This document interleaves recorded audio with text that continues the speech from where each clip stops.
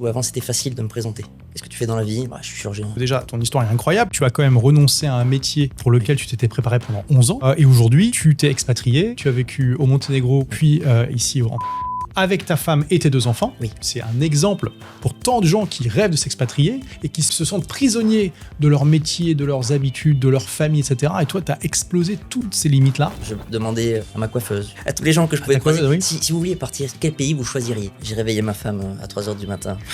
Et tu me dis, on part maintenant? Non, j'ai dit, j'ai trouvé le... J'ai dit, on part au Monténégro. Vous embrassez le mode digital nomade. Oui, je suis ce qu'on appelle skill in the game. Tu dis ce que tu fais ce que tu dis. Exactement. J'essaie de me comporter comme un honnête homme. Et donc, la première des choses, c'est d'être en accord avec ses convictions. Comment vos familles respectives ont réagi? Ils n'ont pas compris. C'est pour ça que je cherche plus à convaincre. Personne n'a envie d'être un convaincu. Moi, j'avais en fait plus de questions que de réponses. Et tu t'es dit, la meilleure manière d'avoir les réponses, c'est d'être sur le terrain. C'est d'aller voir. Voilà. L'étranger attend pas, l'étranger s'équipe, l'étranger a de l'argent, a des ressources, travaille. Quel est ton budget mensuel à peu près? 1000 euros. Donc pour les 4 personnes... Ouais. Vous trouverez toujours des solutions. Si la décision elle est claire pour vous, si vous avez suffisamment de bonnes raisons pour partir, la mise en action fera que vous vous adapterez. Et donc quelle que soit votre raison, elle est probablement décalable ou modifiable. Reste dans l'action. Parce que l'humain est fait pour le mouvement, l'humain est fait pour l'action, il faut agir.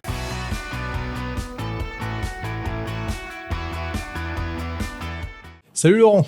Salut Olivier. Donc on va rentrer direct dans le vif du sujet. Tu étais chirurgien, c'est une profession ultra prestigieuse. Aujourd'hui là on tourne à Bangkok. Oui.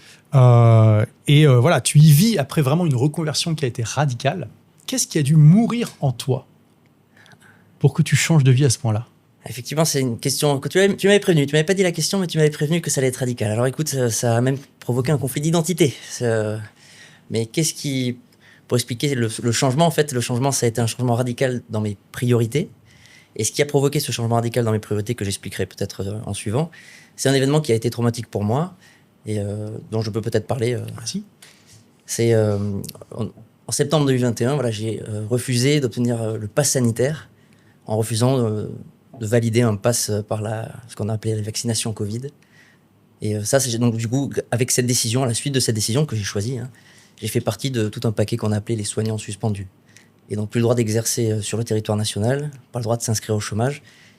Et cette décision finalement a été moteur, mais c'est pas la raison de mon changement de profession.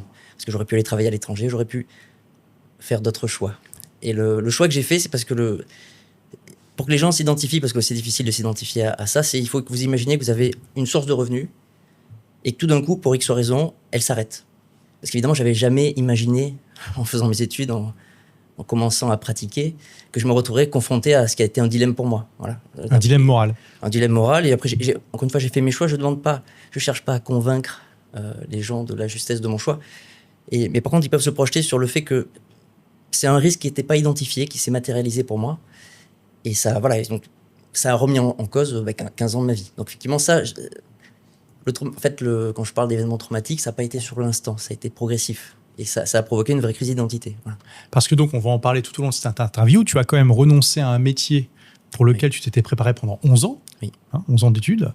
Tu l'as pratiqué 3 ou 4 ans, c'est ça? 3 ans, c'est ça. Donc beaucoup moins que ce que ça t'a demandé pour être préparé. C'est un métier, comme on l'a dit, très prestigieux qui est aussi très exigeant. Très exigeant, qui permet de bien gagner sa vie. Et aujourd'hui, voilà, tu t'es expatrié, tu as vécu au Monténégro, puis ici en Thaïlande, avec ta femme et tes 2 enfants. Oui. Et donc c'est aussi pour ça que j'ai voulu t'interviewer, parce que déjà ton histoire est incroyable, mais aussi parce que c'est un exemple pour tant de gens qui rêvent de s'expatrier et qui se sentent prisonniers de leur métier, de leurs habitudes, de leur famille, etc. Et toi, tu as explosé toutes ces limites-là pour être là où tu es aujourd'hui. Donc je pense que ça va vraiment être passionnant. Et du coup, t'as pas vraiment répondu à ma question, mais c'est normal parce que c'est vrai que c'est une entrée en matière qui est, tu vois, mais je t'avais prévenu. Qui dure, donc je ne sais pas trop par où commencer. Qu'est-ce qui a dû mourir en toi pour que tu renonces à un métier pour lequel tu t'es préparé pendant 11 ans? Alors, ça fait toujours partie de moi, donc c'est pas vraiment mort. Alors, je vais reparler d'identité, parce que, en fait, j'ai malgré tout répondu, je pense, à ta question. Ce qui est mort, c'est mon identité de chirurgien, dans le sens où avant, c'était facile de me présenter. Qu'est-ce que tu fais dans la vie? Je suis chirurgien. Dans quoi? Orthopédie et traumatologie, tout ce qui est osteo-articulaire. Voilà. Puis, mon dada, c'est la chirurgie de l'épaule. C'était facile. J'étais dans un rail, parce que les études de médecine, une fois qu'on est rentré dedans, c'est un rail. Alors après, il y a différentes étapes. La première année, il faut rentrer. En 6e année, on est tous classés. Et ça détermine la spécialité que l'on choisit. Donc, mais malgré tout, on est dans le bus. Et on est accompagné c'est un compagnonnage dans la chirurgie par des différents maîtres au fur et à mesure des rencontres et des services dans lesquels on est amené à pratiquer. Et là, effectivement, je suis sorti complètement du rail. Et ça, c'était pas prévu. Sur le problème de l'identité, c'est-à-dire que dans cet entre-deux, ce qui est mort, c'est ça. C'est qu'aujourd'hui, je m'identifie comme infopreneur. Finalement, je t'ai rejoint, je suis un collègue à toi désormais. Mais ça a été long. J'ai mis plus de 3 ans et demi à redévelopper ce qu'on appelle un cash flow. Voilà. Et à trouver ce que je voulais faire vraiment. Et donc, je m'identifie aujourd'hui comme une sorte de conseiller spécial. Et voilà. Et donc, c'est ce que je fais aujourd'hui. J'accompagne des gens. J'ai développé une sorte de mentorat autour de la finance, mais je retrouve mon identité de conseiller, parce que finalement, dans la chirurgie, il y a toute la consultation, il y a la partie conseil, et également après la mise en pratique de la chirurgie. Et est-ce qu'il y a quelque chose qui a été plus difficile à abandonner? L'argent, le statut, l'identité, tu en as parlé, le regard des autres aussi? Surtout le statut. Le statut. Comme tu l'as dit, c'est prestigieux, c'est facile. C'est plus prestigieux qu'infopreneur, ça c'est sûr. C'est plus et en plus, infopreneur, plein de gens ne savent pas même pas ce que c'est, donc il faut expliquer. Voilà, là, au moins, chirurgien, c'est quand même compréhensible. C'est plus simple, et puis même en France, j'avais plus l'infoprenariat, c'est même mal vu. Oui. Donc voilà, c'est le statut, c'est le plus difficile à quitter. Et ça fait partie de cette crise d'identité que j'ai mis un moment à traverser. Peut-être que j'y suis encore un peu dedans. Mais tout ce que je fais, j'ai fait mien ce dicton, hein, il n'y a point de chemin vers le bonheur c'est le chemin. Donc j'essaie d'apprécier chaque étape. Et tu vois, celle-ci, je m'estime heureux. D'ailleurs, je te remercie de m'accorder cet échange. On a déjà on commence à se connaître en dehors, donc mais voilà, c'est pour moi un honneur d'être là, donc je lis et, merci. Et tout ce chemin, voilà, aujourd'hui je suis là et j'apprécie donc chaque étape. Voilà. Mais ça me fait plaisir de t'inviter. Donc effectivement, on s'est rencontrés ici à Bangkok. Tu as vécu 1 an à Koh Samui. On va parler de tout ça justement. Mais voilà, c'est tellement intéressant parce qu'il y a plein de personnes qui vivent les mêmes dilemmes que ce que tu as vécu, qui ont envie de partir, qui ressentent l'appel de l'aventure, mais voilà, à nouveau, qui sont prisonniers par leur travail, leurs obligations, leur famille, etc. Le regard des autres aussi, évidemment, très important. Donc, on va discuter un petit peu de... Peut-être 2 choses là qui pourront peut-être les inspirer. Je me répétais beaucoup face à mon problème, et le courage de tes idées. C'est une phrase que je me suis répétée, parce que si on peut faire simple et court, j'ai estimé que l'épisode sanitaire était en gros un agenda politique qui avançait avec une excuse sanitaire. Et que mon devoir de médecin, c'était de ne pas valider ça. Encore une fois, c'est mes convictions, je ne cherche pas à convaincre. Mais devant ce dilemme, et donc encore une fois, vous pouvez transposer avec vos dilemmes, je me dis, et le courage de tes idées, et après, reste dans l'action. Parce que l'humain est fait pour le mouvement, l'humain est fait pour l'action, il faut agir. Et en fait, alors pour mes 2 enfants, quand je suis parti, le grand, il avait 3 ans, l'autre, il avait 1 mois. La suspension elle est arrivée le 15 septembre 2021. Je venais d'avoir un 2e enfant le 5 septembre 2021. Waouh. Voilà. Donc nous sommes partis. Il y a un moment où plein de parents ont plutôt se dire où là, on veut de la stabilité, on veut pas. Exactement. Ouais. Et donc le mouvement. Et après, quand je suis parti, je pensais pas abandonner la chirurgie. Je suis pas parti en me disant je vais me réorienter. Je suis parti en me disant on temporise. Je voulais vivre une expérience à l'étranger. Avant de m'installer, en gros, là, mes choix professionnels, c'est que je voulais m'installer en clinique à Nice ou dans les alentours. C'était la version A est quelque part dans un univers, dans un multiverse, je suis là-bas. Et donc, juste on va pas mettre le focus sur ta décision de ne pas te faire vacciner. Ouais. C'est pas le sujet de la vidéo, mais c'est quand même intéressant parce que c'est ça qui t'a amené à la vie où tu es aujourd'hui. Déjà, comment ont réagi tes confrères quand tu as pris cette décision ? Est-ce que la majorité ont accepté de se faire vacciner ? Oui. Oui, la très grande majorité. Est-ce qu'il y a eu de la compréhension Non, je pense pas. Des amis à moi autour de moi, oui, ont compris, ont respecté mon choix. Mais je pense que non, la grande majorité de mes confrères en général, je ne parle pas que de ma collègue chirurgien orthopédiste, je pense non, me comprennent pas. Et ne soutiennent pas ce choix-là. C'est ce que je pense. Maintenant, encore une fois, j'ai fait 4 ans que j'ai quitté la France. J'ai pas de photo exacte de ce que pense l'ensemble des médecins, mais l'ensemble a accepté. Voilà. Et là, tu as fait un vrai choix moral parce que ça aurait été facile pour toi de te faire un faux certificat. Oui. Enfin, un vrai certificat, du coup, parce que c'est un vrai faux. Un vrai faux, parce que tu es médecin. Je veux dire, tu peux attester que tu t'es toi-même donné le vaccin et tu as même décidé de ne pas faire ça. Exactement. D'envoyer un message. Exactement. Parce que c'était tes convictions que tu voulais communiquer. Ouais, je crois que c'est fondamental. J'essaie de me comporter comme un honnête homme. Et donc, la première des choses, c'est d'être en accord avec ses convictions. Et donc, voilà. Mais une fois de plus, tout le parcours que l'on va suivre, je ne suis pas parti et quand j'ai pris cette décision, je ne pensais pas arrêter la chirurgie du tout.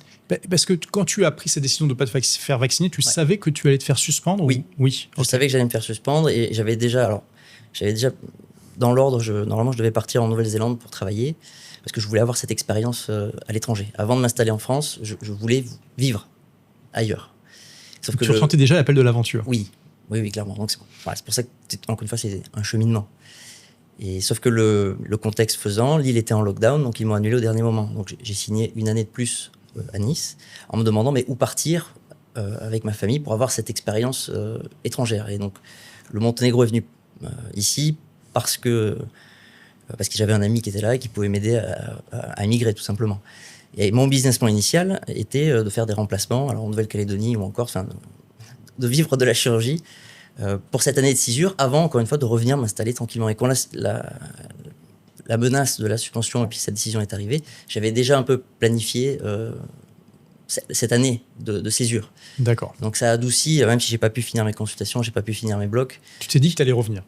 Voilà. Et quand je suis parti d'ailleurs, je me suis dit, ils vont revenir sur la loi. C'est pas... Bon, alors ils l'ont fait, mais ils l'ont fait 18 mois après. Au lieu de 12 mois, c'est ça ? Et moi, je m'étais donné 1 an.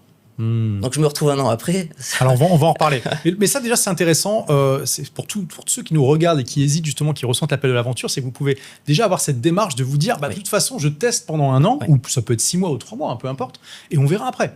Se mettre en mouvement. Voilà, se mettre en mouvement, il n'y a rien de définitif. Vous pouvez aller dans un pays et vous rendre compte que finalement, vous adorez la baguette et le fromage et rentrer, c'est pas un souci. Éric Larchevêque, qui est parti pendant des années, il est rentré parce que le fromage lui manquait, c'est ce qu'il a dit.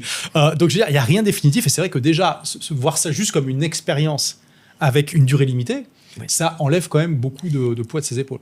Et ça permet de répondre à beaucoup de questions. Moi, j'avais en fait plus de questions que de réponses. Et tu t'es dit, la meilleure manière d'avoir les réponses, c'est d'être sur le terrain. C'est d'aller voir, voilà. Et moi, j'ai eu la même démarche quand je suis parti en Angleterre. Pareil, tu vois, j'ai choisi Londres, qui était à 1h30 de train de Lille, en me disant, si jamais j'ai le cafard, je peux prendre le train, je suis chez moi en 1h30, quoi. C'était aussi une manière de tremper un peu l'orteil dans l'eau avant de plonger. Qui a prononcé en premier le mot « on y va » ? C'était toi, c'est ta femme ? Ça s'est juste fait comme ça ? Non, c'est moi. C'est toi ? Oui. Mais le projet... Elle partageait l'idée, l'envie, encore une fois, d'aller voir ailleurs. D'ailleurs, je sais que c'est un sujet qui t'intéresse. Elle, le moteur d'aller voir ailleurs, c'est le fait qu'on a toujours eu le souhait de faire l'instruction en famille.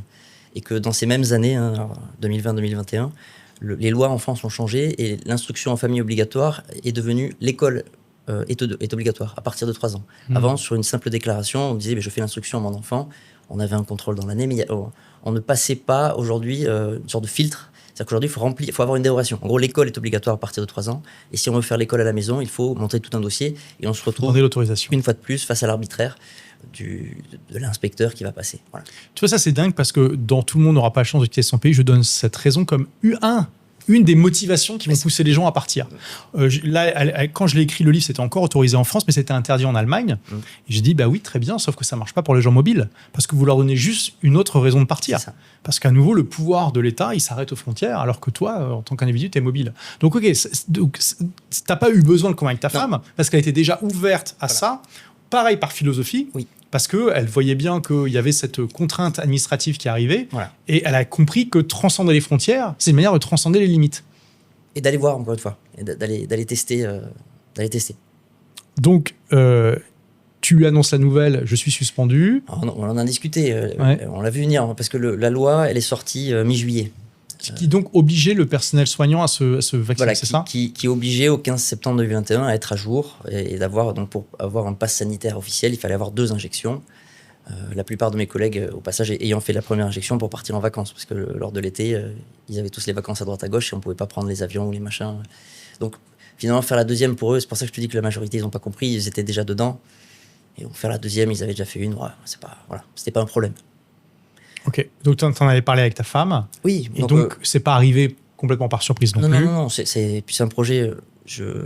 Aujourd'hui, je suis mon cœur, mon équilibre, c'est ma famille, mes 2 fils et ma femme, et donc c'est un projet que je construis avec eux et avec elle en premier lieu. C'est ma partenaire de vie, et on construit tout ça ensemble. Voilà. Qu'est-ce qui se serait passé si elle t'avait dit je veux pas quitter la France ? Je peux pas te le dire. Ça s'est pas produit. Ouais. Tu as de la chance d'avoir je suis très chanceux. C'est vrai que c'est souvent un facteur, un frein quand le conjoint ne veut pas partir. Et ta femme, est-ce qu'elle a sacrifié quelque chose? Elle a sacrifié son réseau, sa carrière, sa famille? Alors, elle était kiné. Elle a choisi elle-même d'arrêter déjà quand on était en France pour s'occuper du premier. D'accord. Donc, elle avait, voilà, on a vécu un peu plus de 3 ans à Nice et elle avait arrêté 6 mois avant déjà ses activités professionnelles. Parce qu'elle a décidé d'exercer le métier de mère. Ouais, exactement. Et qui demande un courage immense et ça prend beaucoup de temps, hein, de l'attention et du temps. Mais surtout si elle fait l'enseignement à la maison. Et là, et d'autant plus. Voilà. Ouais. Mais déjà, dès le premier, elle souhaitait s'en occuper. Après, il y avait des calculs économiques aussi. Hein. Si elle partait, moi j'étais donc au CHU de Nice avec les gardes. J'ai passé minimum 80 heures semaine et donc avec des nuits de garde au sein de l'établissement. Ouais. Donc, elle était souvent seule. Et donc, si elle travaillait, ça veut dire que notre fils aurait été avec une nounou. Et donc, entre payer la nounou, même s'il y a des aides, patati patata, et il y avait un delta qui n'était pas significatif en fait au niveau économique. Et donc même notre raisonnement est rentré là. C'est-à-dire que est-ce que je travaille pour 500 € de plus ou est-ce que je m'occupe de mon fils? Et encore une fois, elle a fait son choix. J'aurais soutenu les deux. J'ai été évidemment très heureux qu'elle fasse ce choix-là. Et, voilà. Et du coup, ça a beaucoup facilité votre mobilité? Ça a facilité énormément notre mobilité parce que déjà on était en accord là-dessus. Je peux te faire aussi un retour sur elle parce que ce choix-là n'est pas compris par les femmes déjà, et dans notre société aussi. C'est-à-dire que de se consacrer aux enfants, tu veux dire. Ouais. C'est mais tu vas rien faire, mais pourquoi tu... Enfin, c'est pas compris. Alors je vais pas prétendre avoir toutes les explications, mais elle a eu beaucoup de réflexions, directes ou indirectes, sur ce choix qui, selon moi, devrait être valorisé, voilà. Mais qui l'est pas, qui est même dévalorisé profondément, alors que je trouve ça très courageux. C'est clairement un métier d'être parent. Et donc c'est difficile, c'est peut-être la seule vérité. C'est complexe, technique, les enjeux sont importants. Oui. Parce que des enfants qui ont une mauvaise éducation, ça n'a pas un effet positif sur leur vie, ni sur la vie des autres avec qui ils sont en contact. Et puis, c'est ta lignée aussi. Donc, je veux dire, c'est tes gènes. Ma lignée débutante. et du coup, comment vos familles respectives ont réagi quand vous leur avez annoncé que vous alliez partir? Parce qu'il n'y a pas que la famille. Tu vois, interne, il y a aussi les grands-parents. Je ne sais pas si tu as des frères et sœurs. Tu vois, tout ça, c'est aussi une communauté parfois qui est difficile à quitter. Bien sûr, ils n'ont pas compris. Ouais. Non, là, ils commencent, j'espère, un peu à comprendre, mais non, Au bout de 5 ans, ils n'ont pas compris. Je crois, mon choix d'arrêter la chirurgie, voilà, ça a été, même au sein de ma famille, c'est pour ça que je cherche plus à convaincre. Personne n'a envie d'être un convaincu. Parce que même ma propre famille, j'ai pas pu. C'est marrant parce que convaincu, c'est un con vaincu. En fait. C'est pour ça que j'ai dit. C'est vrai, oui, c'est drôle, oui. Et donc voilà, ça explique pourquoi j'ai arrêté. C'est pas mon combat. Voilà. J'essaie de protéger les miens déjà. Voilà, ma femme, mes 2 enfants, et heureusement, j'ai des parents très compréhensifs, que j'estime très intelligents et qui m'aiment suffisamment pour respecter ce que j'ai fait. Y compris, c'est pareil, je sais qu'ils ont dû avoir des réflexions de leur entourage. Bon, ils m'en ont pas tenu rigueur et j'ai toujours de très très bonnes relations avec eux, même si voilà, ils n'ont pas soutenu et ils soutiennent toujours pas, je pense, le choix que j'ai pu faire il y a 4 ans. Maintenant, ils me voient, encore une fois, sur ce chemin, rencontrer des gens intéressants, m'épanouir, me transformer. C'est pour ça que même si mon identité est morte en partie, en fait, elle se métamorphose. Et le chirurgien que je suis, que j'étais, fait toujours partie de moi, notamment dans le processus de décision. Parce que la chirurgie, ça m'a appris à décider. Voilà. Et ça se transpose facilement en finance. Voilà. Et là, on voit aussi quelque chose d'important pour les gens qui veulent partir, c'est que tout le monde ne va pas comprendre la démarche. Non. Et ça, c'est important. Voilà. Et c'est important aussi de se rendre compte qu'on ne peut pas plaire à tout le monde. Non. Et que, y a des gens qui nous aiment, qui veulent notre bien, mais qui ne vont pas comprendre exactement pourquoi on fait ça. Mais c'est la même chose dans l'entrepreneuriat. Hein. Souvent, les gens qui se lancent dans l'entrepreneuriat, ils n'ont pas forcément les entrepreneurs dans leurs proches à côté d'eux. Et il ne faut pas comprendre mais pourquoi tu quittes ton CDI, pourquoi tu fais ci, pourquoi tu fais ça. Il faut savoir faire la part des choses et se dire, OK, c'est mes proches, je les aime, ils m'aiment, mais ils ne sont pas forcément... ils ne sont pas dans ma tête et ils ne comprennent pas ce que je fais, mais ce n'est pas grave, je vais quand même le faire. Ils vont même projeter, je vous le dis, ils vont même projeter leur peur. Oui, complètement. Sur vos choix. Voilà. Bah oui. Et donc, il faut gérer ses peurs.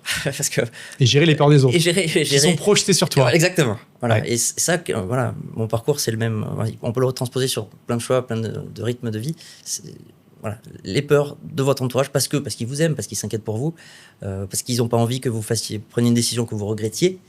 Ils vont vous projeter ça, mais il va falloir l'encaisser en plus. Mais il faut rester dans le mouvement. Voilà, s'il y a un seul mantra là, que je vais répéter, c'est rester dans l'action. Et après, il faut mesurer évidemment les décisions que vous prenez avec un fameux rapport bénéfice-risque. Mais être dans l'action. Voilà, dans l'action. Et le fait de faire une expérience comme toi tu l'as fait, ça permet justement de dépasser aussi tout ça plus facilement. Tu peux te dire à tes proches, mais je pars un an, on verra bien. Ok, peut-être que je vais revenir, peut-être pas, mais y a pas, les enjeux ne sont pas si démentiels que ça en fait. Non. Alors, combien de temps s'est passé entre le moment où tu as compris que toi et toute ta famille, vous vouliez partir, et le moment où vous êtes partis? Entre la décision et l'exécution. Alors, oui, je peux te le dire, parce que j'ai réveillé ma femme à 3h du matin. Et tu lui as dit, on part maintenant? Non, j'ai dit, j'ai trouvé là où on partait. Parce que donc, vous saviez que vous alliez partir, mais vous ne saviez pas où. Comme je voulais avoir cette expérience et que la Nouvelle-Zélande avait capoté, je me suis, pendant plus de 6 mois, de novembre, je devais partir en novembre 2020, en Nouvelle-Zélande. Et donc, de novembre 2020 à mai 2021, j'ai cherché. Je demandais à ma coiffeuse, je demandais à tous les gens que je pouvais croiser, oui. si vous vouliez partir, si vous deviez partir, quel pays vous choisiriez? Alors, j'ai eu tout un panel de pays. Et à 3h du matin, un jour de mai, je ne saurais pas te dire lequel, je me suis réveillé, je l'ai réveillé, je dis, je sais, ça y est. T'as eu l'ampoule qui s'est littéralement allumée au-dessus de ta tête pendant que tu dormais. Parce que je regardais une vidéo. Mais... D'accord. J'ai dit, on part au Monténégro. Oui, d'accord. Parce que tous les jours, je disais... Un nouveau pays. Oui. Tu l'as réveillé à 3h du matin pour ça? Mais parce que là, j'avais décidé. Ok. Donc, c'était sûr pour toi. Mais pourquoi le Monténégro, alors? Parce que justement, j'avais un ami qui était. Et, donc, quand j'ai percuté qu'il était là, qu'il pouvait nous aider, Nicolas, que je salue, à immigrer donc, dans ce pays, encore une fois, pour l'année, parce que dès qu'on se met en mouvement et dès qu'on choisit des pays, si on sort de l'Union européenne, se pose la question des visas, de comment on reste, est-ce qu'on crée une société, enfin, toutes les questions aujourd'hui qui sont habituelles pour nous, qui ne le sont pas pour oui, ça peut créer un mur administratif, effectivement. Voilà. Au moins dans l'UE, il n'y a pas de souci, mais le Monténégro, on ne fait pas partie. Non. Mais il y a quand même des démarches facilitées, non? Oui, non, ils cherchent à rentrer. Alors, est-ce qu'ils rentreront pas? Je ne sais pas. La Croatie est rentrée, le Monténégro est annoncé pour. Il y a déjà, aujourd'hui, les banques, je ne crois pas dire de bêtises, sont enfin connectées au réseau SEPA, parce que quand j'y étais, ce n'était pas le cas. Donc, ils acceptent l'euro là-bas, même si ce n'est pas la monnaie officielle. Voilà, ils sont en euros depuis un moment, parce qu'avant, ils étaient sur le Dutch, ils étaient alignés sur le Deutsche Mark allemand. D'accord. Donc, ils ont suivi au changement, ils ont pris l'euro. Donc, tu te réveilles. Enfin, tu réveilles ta femme à 3h du matin, voilà. Et il s'est passé combien de temps entre ce moment et le moment où vous êtes arrivé là-bas? On devait partir en novembre, à la fin de mon contrat, et l'épisode de septembre a précipité les choses, donc on est parti en octobre. On est parti un peu plus tôt. Donc ça a mis 5 mois, finalement. Ouais. 5 mois. C'est ça. Avec femme et enfant, c'est pas mal. C'est ça. Donc, tu étais propriétaire, locataire? Non, locataire. Donc ça aide? Oui. Nous avions été propriétaires à Reims, c'est là où j'ai fait mon internat. On avait vendu l'appartement et tu n'étais plus léger. Voilà. Et donc, qu'est-ce que tu as fait des meubles? Parce que souvent, les Français, c'est une des questions qui se posent. Oui. Moi, j'ai toujours loué meublé, sauf en France. C'est vrai que dans beaucoup de pays, c'est très classique, mais les Français disent, mais qu'est-ce qu'on fait des meubles? On les envoie comment? Et tout ça. Déjà, vous n'êtes pas obligé de les garder. Hein. On peut très bien louer donc meublé à l'étranger. Tout à fait comment? Alors, j'avais pas... nous n'avions pas beaucoup de meubles, mais il y a une chaise notamment, enfin une vieille chaise. Les quelques meubles que nous aimions, on les a confiés à nos parents. D'accord. Donc vous êtes parti complètement vierge au Monténégro, avec quelques bagages. J'avais organisé un camion. D'accord. Avec quand même des affaires pour être confortable avec mes 2 enfants. Mais on avait déjà commencé un peu à abandonner pas mal, donner, vendre ou garder chez nos parents les meubles qu'on aimait. Et finalement, le plus grand bond, on va dire, sur le matériel, ça a été du Monténégro à la Thaïlande. Parce que là, du Monténégro, on est parti qu'avec 4 valises. Et en fait, alors, on va parler de la Thaïlande, mais donc, déjà, vous êtes arrivé en octobre au Monténégro. Avant, oui. vous êtes allé visiter quand même pour voir si c'était... Moi, j'y étais allé une semaine. Sans ta femme et tes enfants? Oui. Donc, ils t'ont fait confiance? Oui, mais là, à ce moment-là, elle était enceinte de 7 ou 8 mois. D'accord. Elle avait le petit. Donc, elle t'a dit... Moi, je suis parti en éclaireur. C'est toi l'éclaireur? Voilà, je suis parti en éclaireur. Ok. Donc, t'y allais, ça t'a plu? Oui. Qu'est-ce qui t'a plu au Monténégro? Le côté sauvage, le côté... alors, avec le contexte de l'époque, il n'y avait pas autant de restrictions. La société vivait, on va dire, plus normalement. Il y avait moins de... Il n'y avait pas le pass sanitaire, il n'y avait pas de confinement? Exactement. D'accord. Ouais, c'était la même chose à Dubaï. Ouais. Il y a beaucoup de gens qui sont venus à Dubaï à ce moment-là, au Mexique, qui fuient un petit peu toutes ces restrictions. C'est ce qui s'est passé. Voilà. Et j'ai pas été le seul à faire ce mouvement. Et d'ailleurs, j'ai toujours des amis que j'ai rencontrés Qui sont là-bas. qui sont là-bas ou qui ont bougé, mais je suis pas arrivé tout seul. Disons que le contexte de l'époque a poussé beaucoup de gens à quitter la France. Donc, au-delà de l'absence de restrictions, il y a des choses qui t'ont plu dans le pays de manière intrinsèque, la beauté des paysages peut-être ou... Oui, la nature, les gens. Ouais. C'est réputé pour être très beau. C'est en face de l'Italie, c'est à côté de très beaux pays comme la Slovénie. C'est magnifique. Ouais. Il y a un côté plus traditionnel aussi, très, très familial. Le coût de la vie. Le coût de la vie était moins cher. Alors, d'ailleurs, tu es passé non seulement d'un métier très prestigieux à pas de métier, du coup, mais en plus, tu avais aussi une source de revenus qui était quand même non négligeable. Oui, et là, tu te retrouves sans source de revenus, puisque ta femme aussi est au foyer. Donc, du coup, comment vous avez fait pour ça? Et donc, entre-temps, moi, je m'étais formé, j'avais commencé à me former sur l'investissement. Et tout le capital que j'avais commencé à l'investir. Alors, une partie sur les marchés traditionnels, pour m'entraîner à trader et à prendre des positions spéculatives. Et une autre partie dans tout l'écosystème jeune encore, très très jeune, qui est toujours jeune, des crypto-monnaies. Voilà. Et j'ai vécu la naissance, un peu l'explosion de ce qui s'appelle la finance décentralisée. La DeFi. Voilà. Et je continue de suivre notamment sur Ethereum, oui. Ouais. Ok. Et donc, j'ai réussi à... Donc ça, c'était en 2021. Tu t'es formé à ça. En fait, depuis le 2019. En fait, depuis j'ai commencé à me former à l'investissement en parallèle de mes activités de chirurgie, par pur intérêt. Hein. J'avais appris j'ai un petit passé aussi de joueur de poker qui m'a appris un peu la psychologie et la gestion du capital, ce qu'on appelle la gestion de la bankroll au poker. Et donc ça, c'est des notions qu'on peut de suite retransposer au trading et à la finance. Parce que pour moi, 80%, c'est de la psychologie. Hein. Se confronter au marché, c'est se confronter d'abord face à soi. Et, on est naturellement câblé comme il ne faut pas pour agir sur les marchés. Donc déjà, comprendre comment on est câblé pour essayer d'ajuster les curseurs, c'est la base. C'est 80% du boulot. Ça t'a fasciné, ça? Ça me fascine toujours. C'est pour ça que je suis sur cet écosystème. C'est pour ça que je me suis collé et que j'ai développé un accompagnement là-dedans. Aujourd'hui, je me sers de la DeFi comme support pédagogique, mais c'est vraiment des outils qui me permettent d'illustrer les différents services financiers qui existent. Enfin, le prêt-emprunt, c'est quoi les avantages, c'est quoi les risques, l'apport de liquidité, c'est quoi les risques. Je vais jusqu'aux stratégies delta neutre, pour ceux qui comprendront. C'est des stratégies financières un peu avancées. Mais les gens, moi, mon but, c'est que les gens choisissent de le faire ou pas, mais comprennent, encore une fois, le rendement, d'où il vient, et leurs risques. Et pour, dans une vision globale, qu'ils puissent choisir leurs actifs, parce que la DeFi et les cryptos ne sont qu'une classe d'actifs et qu'un outil. Voilà, c'est comme ça que je l'utilise, c'est pas du tout une fin. Voilà.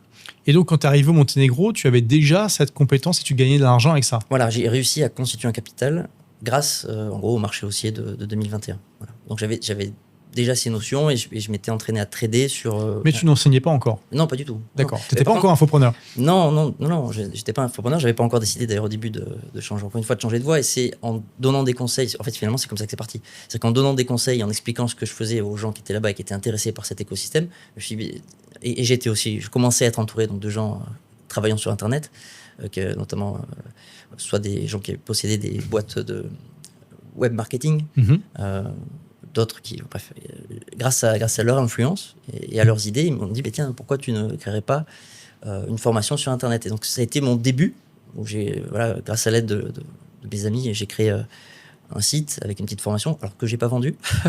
Mais le fait de la faire, ça a été le début de ce chemin de transformation. Voilà. Donc, vous arrivez au Monténégro, oui. Ta femme apprécie? Non. Ok, donc on voit quand même le risque de t'envoyer toi seul en éclaireur. Oui, exactement. Oui, si elle était là, elle te dirait. Ok. Non, l'arrivée en elle dirait que c'était une erreur, c'est ça? De ne pas y avoir été elle-même? Non, parce qu'on pouvait pas. Elle n'est pas à regretter, on apprend, et puis on apprend plus de ses erreurs que de ses succès, donc elle ne tiendrait pas ce discours-là. Mais clairement, l'arrivée a été dure.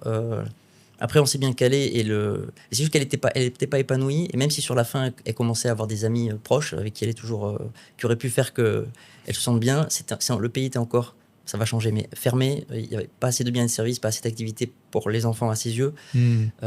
Et donc, voilà, ça lui allait pas. Et donc moi, comme c'est ma priorité, hein, le fait qu'il soit bien, et pour que mes enfants soient bien, il faut qu'elle soit bien en premier lieu. Il fallait que je trouve autre chose. Et puis, une fois de plus, le Monténégro était censé être un arrêt d'un an pour une expérience avant un retour dans le sud de la France. Voilà. Ok, mais là, il y a plein de gens qui auraient pu abandonner à ce moment-là et se dire, bon, bah, tant pis, on a tenté, on rentre en France. Là, tu t'es pas dit ça. Tu t'es dit, il faut que je trouve juste une autre destination. Exactement. En fait. Alors, les priorités, non, c'est que je me suis dit, je veux me développer, je veux devenir un digital nomade. Je veux me développer sur Internet pour être plus résilient. Mais ça, tu n'avais pas cette volonté quand tu es arrivé au Monténégro, c'est venu après. Bien sûr. Ok. Non, parce que tu as rencontré des digital nomades, Non, parce que en fait, cette décision, enfin la décision politique à laquelle de me suspendre a poussé des réflexions en moi qui ont mis du temps à émerger. Et encore une fois, je cherche pas à convaincre, je cherche juste à imaginez-vous qu'un risque met en péril votre cash flow. Voilà. Vous avez une principale source de revenus et boum, elle explose. Et je me suis dit, en fait, il faut, que j'en ai plusieurs, et surtout, il ne faut plus qu'une décision politique seule mettre en péril mes sources de revenus. Oui. Et donc, pour ça, il faut que je change de... Alors, la chirurgie, je fais cette blague, est un métier régulé, c'est très bien. Donc, on ne peut pas aller opérer n'importe où, n'importe quand. Donc, j'avais le choix, en gros, de passer des équivalences ou me réinstaller à l'étranger, parce que le retour en France, je ne souhaitais pas revenir en France, et de toute façon, je ne pouvais pas à l'époque. Donc, soit je passer les équivalences pour me réinstaller dans un pays. Il faut se remettre encore dans le contexte. On est en septembre 2022. La crise n'est pas passée. On est à la 12e, 5e, 112e vague qui ont disparu depuis. Et donc, je me dis, en fait, si je me retrouve en Suisse ou à Dubaï ou ailleurs, je peux me retrouver à nouveau bloqué. Et donc, il faut que je trouve autre chose. Il faut que je me développe sur Internet. Voilà, c'est ça le début. Donc là, en fait, ça t'a appris cet épisode à être plus indépendant et à ne pas dépendre d'un tiers pour gagner ta vie. Voilà, à être plus résilient. Et tu vois, là, tu as une bonne démarche parce que tu aurais pu te dire, je vais devenir influenceur. Et influenceur, tu es plus indépendant sur certains aspects, mais tu es quand même... Tu es un des entrepreneurs web les plus facilement cancellables parce qu'en fait, tu dépends de tiers pour gagner de l'argent, puisque tu dépends des placements de produits, tu dépends des marques qui veulent faire des opérations avec toi.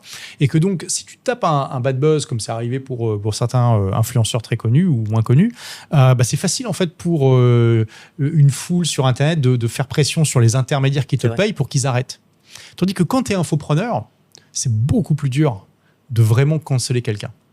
Parce que, j'en parlais avec un ami récemment, admettons que vraiment tu te prends le pire bad buzz de la Terre, ça serait vraiment compliqué que plus de la moitié de ton audience arrête de t'acheter des trucs.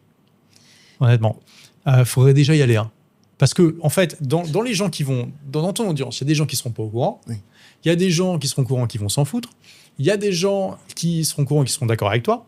Il y a des gens qui seront au courant et qui ne seront pas d'accord avec toi, mais qui seront faire la part des choses. Et puis oui, il y a des gens qui vont arrêter de t'acheter parce que le bad buzz, c'est vraiment mauvais, etc. Mais dans les faits, il n'y a jamais 100% des gens. Et tu le vois d'ailleurs, pour donner des noms, Norman, par exemple, qui se fait complètement cancel, il sort beaucoup moins de vidéos. Clairement, ça l'a affecté. Mais oui, et il s'est fait désintermédier par les intermédiaires, notamment YouTube. Mais il y a quand même des centaines de milliers de personnes qui regardent chacune de ses vidéos. Tu vois, et donc, s'il avait un contact direct avec son audience, il ne serait pas dans la situation où il est aujourd'hui. Donc, tu as eu la bonne analyse et aussi, derrière, la bonne solution que tu as mise en place. Parce qu'il y a différents types d'entrepreneuriat qui sont quand même plus fragile. C'est gentil, mais j'avais pas vraiment le choix de l'influence. Les marques s'associent à moi dans le contexte. Voilà. Mais oui, effectivement. J'ai suivi le fait. Je souhaite, et aujourd'hui j'ai récupéré mon site, tu le sais, parce qu'avant donc, je travaillais avec un prestataire et finalement on a décidé d'arrêter notre collaboration et j'ai récupéré finalement mes moyens de production et c'est cette souveraineté des moyens de production dont je suis le plus heureux aujourd'hui et que les infopreneurs peuvent atteindre. Alors, on peut utiliser des SaaS, on peut utiliser différents... Mais c'est vrai que lorsqu'on a son site avec ses produits, comme tu dis, on n'est plus dépendant des marques. Voilà. Exactement. Et tu crées une vraie résilience, en fait, qui peut même survivre à des décisions politiques et des mouvements de foule, en fait. Et ça, c'est quand même incroyable. Ça a beaucoup de valeur. Ouais, ça a beaucoup de valeur, exactement. Et la plupart des gens n'y pensent pas. Non. Vous êtes au Monténégro, ta femme aime pas et là, tu te dis, zut, faut trouver une autre destination. Alors, pourquoi la Thaïlande ? Alors, grâce à des amis que nous avions rencontrés au Monténégro. D'accord. Les gens, voilà, j'ai vraiment des amitiés fortes construites avec cette expérience-là. Et un couple d'amis qui, pareil, n'avaient pas décidé de rester au Monténégro. Après un passage en Turquie, sont revenus en Thaïlande qu'ils connaissaient et à la suite d'un échange de téléphone, il me dit mais viens tester, il y a beaucoup de visas, viens essayer, vous allez voir, vous allez adorer. Ils étaient où exactement ? À Koh Samui. À Koh Samui. Voilà, c'était qui est donc c'est un peu la Frog Valley de Oui, la Thaïlande. c'est un département français. Voilà, à Londres, on dit que le Kensington, c'est Frog Valley, parce que c'est là où il y a tous les Français. Là, j'ai l'impression que c'est pareil pour C'est un l'île peu de Koh Samui. C'est l'île qui est juste à côté de Koh Phangan, pour ceux qui ne connaissent pas, qui est la fameuse île de la Full Moon Party. Et d'ailleurs, pour aller à Koh Phangan, vous devez arriver Passer par Koh à Samui. Koh Samui, c'est obligatoire. Ok, et donc, tu te dis, on va tester. On va tester. Pareil, tu mets l'orteil dans l'eau d'abord. Alors voilà, non, désormais, non. Là, Ah, carrément, là, tu... on visite plus, maintenant on déménage. Nous, voilà. Ah bon? Oui. D'accord, mais pourtant t'es allé au Monténégro et ta femme n'a pas aimé. Non. D'accord. On reste en équipe. D'accord, Maintenant, intéressant. on est Mais oui, dans- mais d'accord, mais vous pouvez visiter 15 jours et prendre une décision. Mais non. D'accord. Non, Donc, en plus, on est là, repassé. vous embrassez le mode digital nomade. Du coup. Oui, Ouais. en famille. Ouais, déjà, ils ont grandi. C'est plus facile que de déménager avec un nouveau-né. Voilà. Donc, les choses sont plus faciles. Et Donc, tu es resté combien de temps au Monténégro? Quasiment 2 ans. Quasiment 2 ans. Ok. Quasiment 2 ans. Non, je te dis. Et vraiment, ta Non, femme n'a pas réussi à apprécier suffisamment pour vouloir rester. Non. Ouais. Toi, tu serais resté si tu Moi, voulais- j'étais bien. Ouais. Ok. Moi, j'étais bien. Mais parce que aussi, voilà, les amis, ouais, moi, j'étais bien. Mais T'étais dans quel coin d'ailleurs? j'étais à Tivat, exactement. Ok, je connais pas du tout. Ouais, ça représente pas vraiment bien le Monténégro. Il y a un port ultra yacht, enfin d'ultra yacht. C'est un peu un lieu de la jet set. Mais avant, on était à Kotor, c'est extrêmement touristique. Mais c'est sur la côte. Enfin, c'est des endroits magnifiques. Hein, mais c'est la terre est plus authentique. Les gens sont un peu différents parce que sur la côte aussi, entre le tourisme, entre les prix qui montent, ça crée un problème pour les résidents. Hmm. Les loyers deviennent inaccessibles, etc. Notamment à la suite du conflit en Ukraine. Il y a beaucoup d'Ukrainiens et de Russes qui sont venus. Hmm. C'est des lieux de villégiature connus, Ah oui, et bah, traditionnels pour eux. pareil, il y en a beaucoup qui sont venus à Dubaï aussi. Ouais. Ok, donc là, donc vous dites, ok, bah, on est invité à Koh Samui, on déménage. Incroyable quand même. Voilà, oui, c'est ça. Alors, on l'organisait grâce à eux. Mais j'essaie de comprendre le mindset que vous aviez là, parce que vous étiez vraiment en mode. De toute façon, maintenant, on est des nomades. On a un peu notre maison avec nous. Oui. Et les enfants, en fait, vous avez un écosystème qui se suffit à lui-même, qui est éco-responsable, en circuit court, si on peut dire. C'est ça. Parce que comme l'éducation est à la maison, il n'y a pas non plus la problématique de il faut trouver l'école, etc. Alors, on a fait au Monténégro, le plus grand, il avait fait 1 an d'école internationale anglaise. D'accord. Et ça l'embêtait pas de quitter ses amis. Ça, c'est aussi une objection qu'il y C'était a la souvent. première année en arrivant. D'accord. Pareil pour faciliter, parce que comme elle avait le nouveau-né à gérer, c'était pour. Et que moi j'avais plein de choses aussi. Lui, il avait quel âge? Il avait 3 ans. 3 ans, d'accord. Donc, il était en maternelle, là. Voilà. Donc, ensuite, on a essayé. Ça a coûté combien l'école? C'était 7 000 euros. 7 000 euros l'année. Maintenant, Ouais. ça a monté. Ça a monté, ouais. Ça aussi, c'est quelque chose que les gens qui veulent s'expatrier demandent. Alors, c'est ce qui fait partie des postes de dépenses qui sont énormes. Les écoles privées, très très vite, ça arrive à 10 000 par tête et ça peut monter évidemment plus. Le cap étant autour des 20 000 souvent. Voilà. Mais voilà, aussi, ce qui permet, le fait d'être nomade comme ça, c'est de pouvoir optimiser sa fiscalité. Voilà. C'est très facile d'être moins Bien imposé qu'en France, vu que Bien la sûr. France est dans le top 3 des pays les plus taxés du monde. Et donc, tu peux aller chercher Tous les... les Français payent l'éducation nationale. Voilà. Oui, Et croyez en pas que fait, c'est gratuit. mais hein. sans comprendre voilà, à quelle part. Pareil pour la santé, hein. Exactement. Voilà. Oui, l'allocation des ressources en France est mal faite. tu fais le diagnostic bien mieux que moi. Et donc, ça, c'est pas. Les gens ne réalisent pas que c'est eux qui payent. Il n'y a rien qui est gratuit. Et donc, lorsqu'on s'extrait de ces conditions fiscales et de cette organisation sociale, ben, on en trouve d'autres qui conviennent pas. Mais effectivement, dans la plupart des pays du monde, l'éducation est chère, coûte cher parce qu'elle n'est pas socialisée. Et donc, voilà, pour donner un ordre de grandeur, c'est très vite 10 000 euros. Il y a une sorte de standard Par enfant. par enfant. Pour On l'année. arrive très vite, voilà, 6-7 000 euros à 10 000 euros par enfant. Voilà. Pour des écoles privées, quand même De très bon niveau. De très bon niveau, c'est- oui. voilà. Mais, Ça, non. tu veux dire que tu peux trouver moins cher si tu me mets dans des écoles moins prestigieuses. Oui, ou alors après dans des écoles locales Hmm. qui sortent du domaine dit international à chaque fois qu'on. Et c'est possible aussi. Hein. Mais bon, là, du coup, ça aurait été des écoles dans la langue locale. Oui. Donc bon.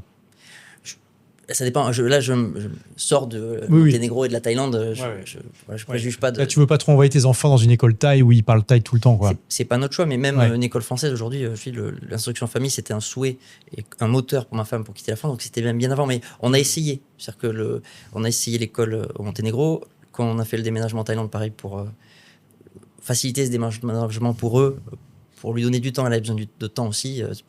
Parce que moi, j'ai traversé mes problèmes de crise d'identité, mais il faut qu'elle a géré aussi. C'est ça, d'avoir un mari Oui. qui quitte un poste prestigieux. D'une façon ou d'une autre, c'est certain que ça l'a impacté. Hmm. Même si, pareil, elle a la délicatesse de ne pas m'en faire reproche. Et donc, on les a mis dans une école l'année dernière à Samui, les deux. Alors, c'est une école internationale aussi, mais avec 2 cursus, un français, un anglais. Et pareil pour... Chacun. Ouais, et là, je les ai mis les deux. Et pareil, pour faciliter leur arrivée, le déménagement, pour minimiser les niveaux de stress, on les a mis dans le cursus français. Voilà. Donc, vous arrivez à Koh Samui d'abord. Voilà. Vous connaissez pas, mais vous venez avec vos bagages. Oui. Vous avez largué la maison voilà. au Monténégro. Vous avez pris quel visa en Thaïlande? Alors, au début, étudiant. Ah bon? Oui. Parce que une fois, c'était une expérience. D'accord. Donc, vous êtes dit, on reste combien de temps pour tester si c'est pour un an. En fait. D'accord. Donc, en fait, c'est ça aussi. Donc, c'est que vous restez dans le mindset de faire des expériences. On recherchait notre base, en fait. Ouais, mais moi, je sais pas, je me dirais d'abord, je visite 15 jours là, 15 jours là, 15 jours là. Oui, mais c'est parce que tu raisonnes avec une allocation des ressources illimitée. Uh-huh. Lorsque tu te déplaces à 4, déjà, c'est beaucoup plus cher. C'est pas pareil, oui, c'est vrai. Et j'avais toujours pas de cash flow. Hmm. Donc je vis sur mon capital et donc en fait pour être autonome financièrement, la première des choses à vous demander c'est combien vous dépensez. Oui. Et combien d'années tu peux tenir ou de mois tu peux tenir sur ton capital même si vous êtes rentable. C'est-à-dire que admettons que vous arrivez à dégager des rendements avec votre cash, avec votre capital, donc liquide. Quand je parle d'un capital, là, je parle d'une portion de votre patrimoine qui est liquide. Admettons que vous arrivez à dégager du revenu, est-ce qu'il couvre vos dépenses? Si oui, vous êtes autonome. Si vous dépensez, je vais dire 30 000 euros par an et que vous arrivez à avoir ces 30 000 euros avec la gestion de votre capital, vous êtes autonome financièrement, vous êtes libre en fait financièrement. Donc la première question c'est combien vous dépensez. Et avec une femme et 2 enfants à l'étranger, ça va vite, hein. Voilà, ça va très vite. Les avions, l'hôtel ou le Airbnb, et donc, ça va vite. Pour construire un patrimoine transgénérationnel qui est aujourd'hui mon objectif, mais sur 30 ans, il faut le cash flow et les compétences économiques pour réinjecter ce qu'on gagne du capital, pour le réinjecter, et le cash flow, si possible, en dégager une épargne pour également l'injecter. Et ça permet d'alimenter cette roue des fameux effets composés pour faire exploser le capital en fin de course. Et une fois qu'on a une taille suffisante de capital, je t'apprends rien, mais peut-être que ça fera comprendre des choses aux gens, on arrive, parce qu'on a un capital à rendre des services financiers, et comme on rend des services financiers, on en dégage des revenus. Voilà. C'est pas du vol, le capital est un outil comme la monnaie. La monnaie est un outil. Et on peut, comme tout outil, l'utiliser par exemple, pour de bonnes choses ou pas. Tu peux prêter ton capital et du coup toucher un rendement, etc. Voilà. Le prêt est un service. L'investir, c'est partager le risque d'un entrepreneur qui, lui, va créer des biens et des services. Donc, c'est participer à la création de valeur d'une société. Et c'est un service. Et donc, mais le risque est différent. Le prêt, normalement, il n'y a pas de volatilité. Et le risque, c'est le défaut de celui à qui on a prêté. C'est s'il ne remplit pas sa promesse. Lorsqu'on investit, par exemple, le venture capital ou dans une boîte qui n'est pas cotée, on partage la prise de risque initiale de l'entrepreneur. Et s'il échoue, là, on perd tout. Par contre, très souvent, le retour sur investissement est plus grand. Voilà. Ouais. Et ça, encore une fois, c'est quel rendement pour quel risque? Est-ce que j'y alloue, est-ce que j'y alloue pas? C'est des questions de finance classiques. Donc, voilà, tu vas là-bas avec cette démarche aussi de te dire je peux pas dépenser de l'argent pour trouver ma base pendant des années. Voilà. Donc, on teste. Oui. Vous arrivez à Koh Samui, là, c'est le coup de cœur? C'est déjà, oui, enfin mieux, mais pas le coup de cœur parce que tu vois, finalement, très vite, on a compris que la vie insulaire et la vie à Samui ne nous conviendrait pas pour le long terme. C'est une petite île, il faut préciser quand même. C'est quoi, 10 km de long? Je pourrais pas te dire, mais t'en fais le tour en 1h30. Ouais. Ouais, on sent quand on parle qu'une certaine souffrance. Non, c'est pas une souffrance, c'est magnifique, c'est extraordinaire. Alors, mais c'est petit. Je suis un amoureux de l'océan et des vagues. J'ai jamais aimé les plages. J'aime pas aller sur les plages, cramer au soleil. Ça je comprends, oui. Voilà, non, mais tu te balader sur la plage au coucher de soleil. Ouais, mais c'est pas un truc que je fais en fait. Non, mais j'aime bien. Tu fais des sports aquatiques genre kite? Alors j'adore le surf. Ok. T'en faisais? J'en faisais, j'ai été sauveteur à l'océan, j'ai bossé à Moliette, pour ceux qui connaissent, dans les Landes. Donc, alors, parce que vous ne savez pas, mais Laurent, il aussi, c'est un très très bon joueur de badminton. Oui. Tous les vendredis, là, il organise une petite heure de badminton pour les gens ici, c'est vraiment cool. Tu as été prof et tout de badminton, et donc tu es aussi, dans le surf, tu as un niveau aussi... Non, j'ai un niveau minable. Ah d'accord. Mais... Moi, c'est le kitesurf, tu vois. J'ai un niveau minable, mais j'ai ma planche qui vieillit dans le grenier de mes parents, mais en tout cas, j'adore l'océan. Là, je peux le regarder des heures, je peux y rester. Mais t'as pas besoin d'être sur la plage. Non, je pourrais rester, mais juste aller sur la plage pour une mer plate, même si pour l'instant le destin m'amène. Alors, c'est un endroit magnifique. À Nice, c'était extraordinaire. À Tivat, c'était extraordinaire. Mais tout ça, c'est la mer. Et donc, je me retrouve à Samui, où c'est magnifique. Mais en fait, moi, mon quotidien, c'est pas ce que je souhaite. Et en plus. Qu'est-ce que tu souhaites? Mais là, je crois l'avoir trouvé. C'est-à-dire je suis finalement un citadin et donc avoir une base comme Bangkok, qui est une ville extraordinaire. Et donc finalement, tu es aussi parti à la recherche un peu de toi-même dans tous ces voyages pour toi aussi, pour comprendre ce que toi, ce que vous avez besoin. Exactement. Ouais.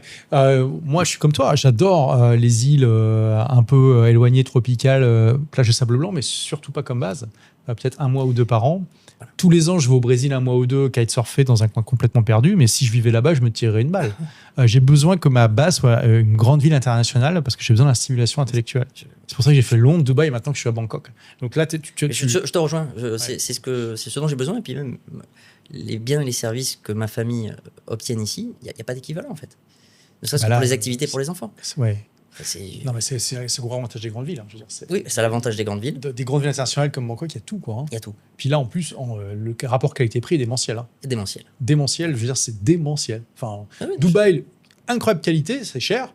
Bon, c'est pas aussi cher que Paris sur plein de choses. Paris, le rapport qualité-prix, ça cher. Bon, on ne sait pas si le service est Il faut bien évaluer le ratio. Voilà, c'est ça. Et c'est vrai que Bangkok, c'est démentiel à ce niveau-là. D'ailleurs, on peut peut-être faire une petite parenthèse, mais le rapport qualité-prix de la santé, c'est démentiel aussi.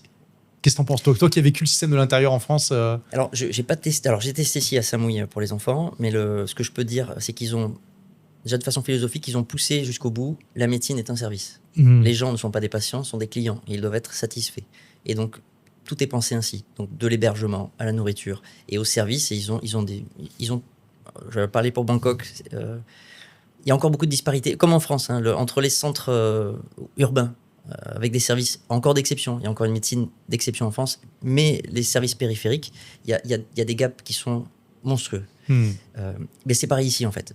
On retrouve à Bangkok, je pense, un niveau monde, ce qui se fait de mieux, avec un matériel de pointe. Voilà. Parce que des prix qui... Et en face, des prix qui défient toute concurrence internationale, en sachant qu'il y a des Américains qui viennent ici. Et donc on a inversé un peu le tourisme médical auquel on pense en France, où des gens sans argent viennent pour bénéficier de l'argent, on va dire, commun, et pour accéder à des soins de qualité. Là, c'est l'inverse. C'est-à-dire que c'est des gens je vais prendre l'exemple d'un Américain qui va venir en Thaïlande pour avoir le niveau de soins qu'il a aux États-Unis, mais pour un dixième prix, même pas.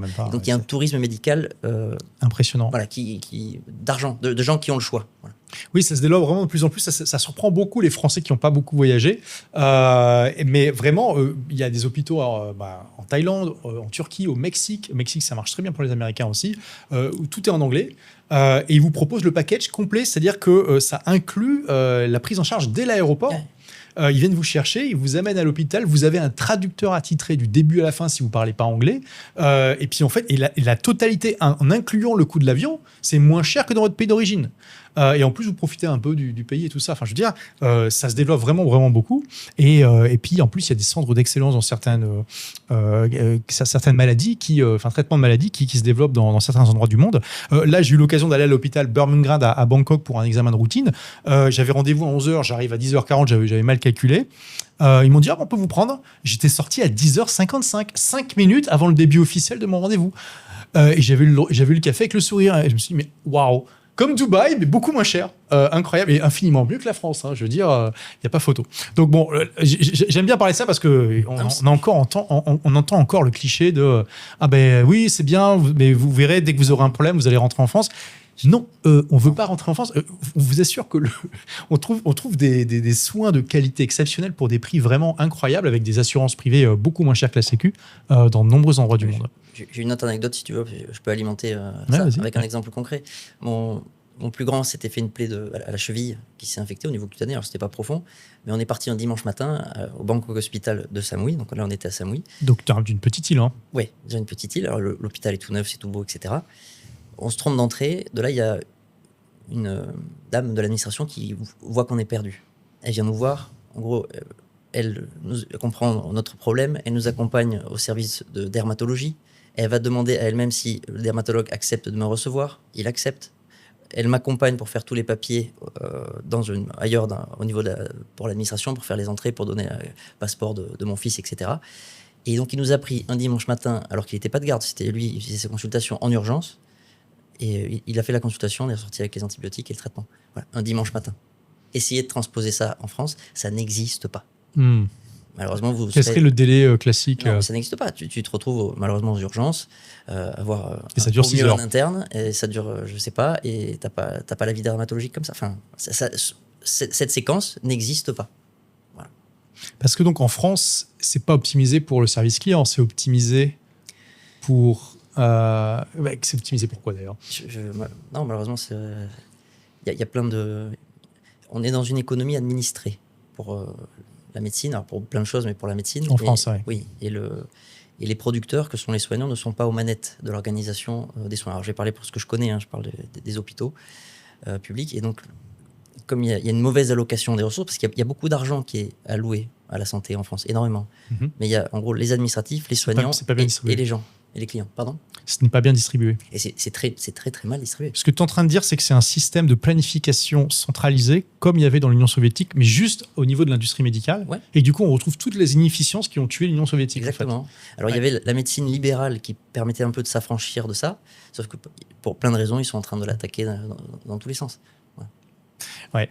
C'est vraiment une des plus grandes découvertes que pour les Français qui sont restés dans leur pays avant de s'expatrier, de se rendre compte à quel point c'est un mensonge, une propagande même, le fait que la Sécu c'est le meilleur système du monde. Ouais. C'est vraiment le jour et la nuit entre le décalage entre ce qui est dit et la réalité. Parce que c'est difficile à accepter. Bon, la plupart des gens se croient encore dans le top 5 des pays économiquement les plus puissants au monde. C'est plus le cas. On a encore... Je veux pas faire du French bashing. On a un pays extraordinaire, on a un climat extraordinaire, on a un potentiel extraordinaire, mais malheureusement tout est cyclique et on est dans un cycle, on va dire de déclin. Voilà, qui est pas dans un cycle très positif. Mais on a un potentiel fabuleux et on pourrait revenir très vite, mais il va falloir que ça tombe encore un peu, malheureusement. Et en attendant, l'étranger attend pas. C'est ça qu'il faut. L'étranger attend pas. L'étranger s'équipe. L'étranger a de l'argent, a des ressources, travaille et se développe. Voilà, il attend pas que la France se réveille. Non, pas assez clair. Et donc, tu te rappelles combien ça t'a coûté cette... Oui, alors il a mis au max, mais on peut comprendre que c'était 80 € en équivalent. C'est cher pour la Thaïlande. C'est ce qui est cher pour la Thaïlande. C'est parce qu'à Koh Samui, il y a peut-être une inflation étant donné le nombre d'Occidentaux. Il y a peut-être ça, et puis parce qu'il a accepté de me prendre en urgence. Et je veux dire, à l'accueil, il m'avait dit la fourchette, voilà, la consultation, ça va être de temps à temps. Bon. Et tu as eu la fourchette haute. Mais déjà, il y avait une fourchette, ce qui est pas mal. Ouais. Donc, il a mis le sommet de la fourchette, mais c'est pas grave. Et tu as une assurance santé privée pour... Oui. Voilà. Et ça a été pris en charge ou pas? Non, je paye une assurance pour En fait, tout ce qui est quotidien, c'est moi qui paye. Et en cas de gros problèmes, c'est-à-dire d'hospitalisation. Oui, moi, c'est comme ça que je vois aussi l'assurance. En France, il y a vraiment cet amalgame que l'assurance doit payer toutes les dépenses du quotidien. Mais c'est comme l'assurance auto. L'assurance auto, c'est pour les gros problèmes. C'est pas votre assurance qui va payer votre essence. Là, c'est pareil, en fait. C'est un peu pareil. Les petites dépenses du quotidien, c'est vous qui les prenez en charge. Et l'assurance, c'est quand vous avez un cancer ou un gros accident, quelque chose qui coûterait des dizaines, des centaines de milliers d'euros. Pourrait mettre en péril le budget familial. Exactement. Voilà, c'est pour les signes noirs qui peuvent vraiment vous mettre en faillite personnelle. Exactement. C'est là que l'assurance est utile, mais pour les petits trucs comme ça, moi, je suis d'accord avec toi, c'est des dépenses qui s'assument. Et quand vous regardez à nouveau le coût de la Sécu, j'avais fait tout le calcul dans mon livre, je rappelle, pour le salaire médian français qui est, quand j'avais regardé, de 2183 €, c'était en 2024, vous avez plus de 600 € de cotisation salariale patronale plus de mutuelle juste pour la santé. Je ne parle pas de la vieillesse. C'est du délire. Moi, j'ai une assurance santé privée qui me couvre à hauteur de 1 million d'euros par an dans le monde entier, sauf États-Unis, qui me coûte, à vérifier, 180 € par mois, si je ne dis pas de bêtises. Donc, rien à voir. Enfin, je veux dire, et là, en plus, je ne suis pas au salaire médian. Donc, je paierais beaucoup plus que 10 fois plus cher. Tu serais en milliers d'euros. Bah oui, je serais à plus que 10 fois plus cher pour un service moins bon. Donc tu vois Koh Samui, donc c'est beau. Mais finalement, c'est pas non plus ce que tu recherches. C'est pas ce que nous souhaitons. Voilà. Donc tu restes combien de temps là? On est resté 13 mois. Et ensuite, donc, comme on avait pris la décision de rester en Thaïlande, il s'est posé la question des visas. Et donc on est rentré en France à la fois pour la famille et pour refaire proprement les demandes de visa. Donc aujourd'hui, j'ai Et tu as fait quel visa alors? Le fameux DTV. Le fameux DTV, donc c'est le visa de digital nomade qui est sorti en mai 2025, si je ne dis pas de bêtises. En tout cas, début 2025. Ouais, même l'été, même, je crois. Ouais. Voilà, c'est vraiment récent au moment où on tourne cette vidéo. Et les amis, c'est un no-brainer. C'est-à-dire que c'est le visa le plus facile que j'ai jamais eu de toute ma vie. J'en ai demandé plusieurs. Mais vraiment, ça m'a pris 20 minutes en ligne. Ils n'ont même pas demandé de casier judiciaire, ce qui est normalement une des bases pour les. Donc voilà, même les criminels peuvent venir. Bon, mais de toute façon, là, c'est une société qui fonctionne bien, où il n'y a pas beaucoup de criminalité, tout ça. Et c'est ce genre de choses, moi, je peux vous dire d'expérience, c'est tellement une bonne affaire que ça ne va pas durer. Donc, je pense qu'à moins que vraiment vous savez que vous n'allez pas passer du temps en Thaïlande dans les 5 prochaines années, si vous pensez que vous allez y aller un peu, prenez-le. Je crois qu'il coûte 300 ou 400 $. Oui, sans accompagnement, je crois que c'est cet ordre d'idée. Ouais. Voilà, et ça vous donne le droit de vivre en Thaïlande pendant 5 ans. Voilà. C'est quand même incroyable. Alors, il y a une astérix. Voilà, c'est que vous devez sortir tous les 6 mois. Ça peut être littéralement 1 heure ou pas. D'ailleurs, ça peut être 5 minutes. En gros, vous pouvez aller en week-end au Vietnam ou au Laos et puis vous revenez. Pour les gens comme nous, c'est absolument pas un problème parce que de toute façon, moi, je reste jamais plus de 2 mois dans un endroit. Ça fait partie un peu du lifestyle. Voilà. Bah oui. Et en plus, on peut demander une fois la prolongation. Donc, c'est-à-dire pendant 1 an, on peut rester entièrement sur le territoire thaïlandais. Mais de toute façon, dans notre milieu, il y a personne qui ne reste à un endroit, dans un seul pays pendant 1 an. Ça n'existe pas. Bah non, je veux dire, tout le monde part au bout d'un moment à Bali, faire du ski au Japon, d'ici. De Bangkok, vous avez vraiment plein d'endroits à visiter. Ça rayonne. Donc vraiment, le DTV, c'est une merveille. Et je parle de ce... Alors, je parle pas du DTV en lui-même dans mon livre, puisqu'il est sorti après la sortie de mon livre, mais je parle de toute cette compétition qu'il y a entre les États aujourd'hui. Le premier pays qui a fait un visa de Digital Nomad, c'était l'Estonie, mi-2020. Et en 3 ans, il y a eu 1/4 des pays du monde qui en ont sorti. Ce qui montre qu'il y a une compétition pour attirer les gens comme nous. Une saine concurrence. Une saine concurrence, absolument. Et souvent, alors pas toujours, mais souvent, il y a aussi des packages fiscaux. Bon, là, en l'occurrence, en Thaïlande, c'est une taxation territoriale et vous ne payez pas d'impôt sur tout argent que vous n'amenez pas en Thaïlande. Donc, vous payez uniquement sur ce que vous amenez en Thaïlande pour votre vie personnelle. Voilà, donc si par exemple vous faites 1 million par an, vous avez besoin de 50 000 € par an, et si vous allez payer juste de l'impôt sur 50 000, et tout le reste vous pouvez l'investir librement. Exactement. Ce qui est quand même... C'est un très bon montage. Bah, c'est un bon deal. Hein. Ah ouais, c'est un bon deal, sans compter que la Thaïlande, de nouveau, c'est vraiment top en termes de rapport qualité-prix. J'ai pas ton expérience au niveau de la comparaison sur les pays, mais de ce que je connais. Par rapport à Nice et Monténégro. Mais attention, Bangkok, c'est une grande ville internationale aussi. C'est exceptionnel. Ouais. Nice, c'est un très bel endroit. La région est extraordinaire, mais il y a tous les défauts, malheureusement, on va dire français. Avec une insécurité, pas dans tous les quartiers, évidemment, mais... Et c'est un pot fort, évidemment. Le prix est extrêmement... c'est très cher parce que ça attire une population internationale qui a de l'argent, parce que, encore une fois, la région est vraiment exceptionnelle. Non, c'est beau. Je ne suis pas niçois de base, mais je reconnais que la région est magnifique. Mais la qualité de vie est bien meilleure ici. Encore une fois, en termes de biens et de services, d'offres, de possibilités d'action. Mais c'est vrai que là, Nice, c'est pas une capitale, donc je sais pas si c'est un bon comparaison. Mais et puis Monténégro, c'était plutôt... Ah, Monténégro, c'était ville balnéaire, ouais, si j'ai bien compris. C'était ville balnéaire, et puis même ses campagnes. C'est un autre rapport, Et voilà, je savais qu'on n'allait pas y rester. Encore une fois, c'était une expérience, une étape qui nous a permis d'être là. Parce que sans les gens que nous avons rencontrés là-bas, je ne serais pas ici. Et donc là, toi et ta femme, vous êtes sûr que c'est le bon endroit maintenant ? Alors, oui, j'ai envie de dire oui, parce que c'est ce qu'on ressent. Maintenant, le bon endroit, après, la question, c'est jusqu'à quand ? Voilà. Parce que les enfants vont grandir, il faudra voir aussi ce dont eux, ils ont envie et dont ils auront besoin. Mais là, sur les 5 prochaines années, on se voit bien ici, ouais. Oui, et voilà. Et c'est aussi un style de vie que finalement, quand on commence à acquérir, on commence à raisonner comme ça. Tout comme certaines personnes pourraient se dire, je vais faire telle région de France, puis telle région de France, par exemple, au gré des mutations dans des postes, hein, ça se voit chez les cadres supérieurs. Mais là, on raisonne en termes de pays, en fait. C'est ça. Et à chaque fois, on se dit, c'est une expérience à tenter. On verra bien. Et là, pour l'instant, je me plais là. On verra dans quelques années. Moi, les gens me demandent pourquoi tu es parti de Dubaï. J'ai dit, écoutez, j'adore Dubaï. C'est juste qu'au bout de 7 ans, j'ai ressenti l'appel de l'aventure, c'est tout. Et tu l'as bien senti. Parce que, pour parler des risques non identifiés, là, on est très bien à Bangkok et en Thaïlande. Mais on ne sait pas ce qui peut arriver dans 2 ans. Exactement, parce que donc, au moment où on tourne, Dubaï se prend toujours des missiles et des drones tous les jours. Même si, faut relativiser, vous avez plus de risques de physique en vous baladant à Rio de Janeiro ou à Cape Town qu'à Dubaï. Hein. Je veux dire, le risque... Votre risque de vous prendre un missile iranien ou un drone, c'est extrêmement faible, il faut le dire. Par contre, oui, le vrai risque, c'est de vous retrouver bloqué, vouloir partir pour un rendez-vous important et que vous êtes bloqué parce que les vols sont annulés, ou que quand vous voulez aller à Dubaï, votre vol est annulé. Ça, c'est vraiment le risque number one aujourd'hui. Et on espère que ces risques vont disparaître le plus vite possible, mais il y a aussi des risques, encore une fois, sur l'approvisionnement, sur les structures en eau. Enfin, il y a des risques très importants qui ne se sont pas matérialisés. J'espère qu'ils ne se matérialiseront pas. Mais ce que je voulais dire, c'est que... Oui, il y a une faiblesse systémique des pays du Golfe, parce que, par exemple, à Dubaï, l'eau potable vient en grande partie d'une usine de désalinisation. Il suffit qu'il y ait un missile qui tape dedans. Ou ils l'importent aussi. Oui. Il y a les deux. Ouais. Et donc sinon, les gens boivent de l'eau en bouteille, mais pareil, ça s'importe. Ça s'importe. Bon, après, je veux dire, les Émirats, ils ont aussi... Ils sont costauds, et j'espère que c'est qu'une crise passagère. Ils peuvent se faire livrer par l'Arabie Saoudite. Voilà. Mais là, on parle juste de risques, encore une fois, qui se matérialisent sur Dubaï, que les gens avaient peut-être sous-estimé ou mésestimé. Et Bangkok est exceptionnel, la Thaïlande est exceptionnelle actuellement.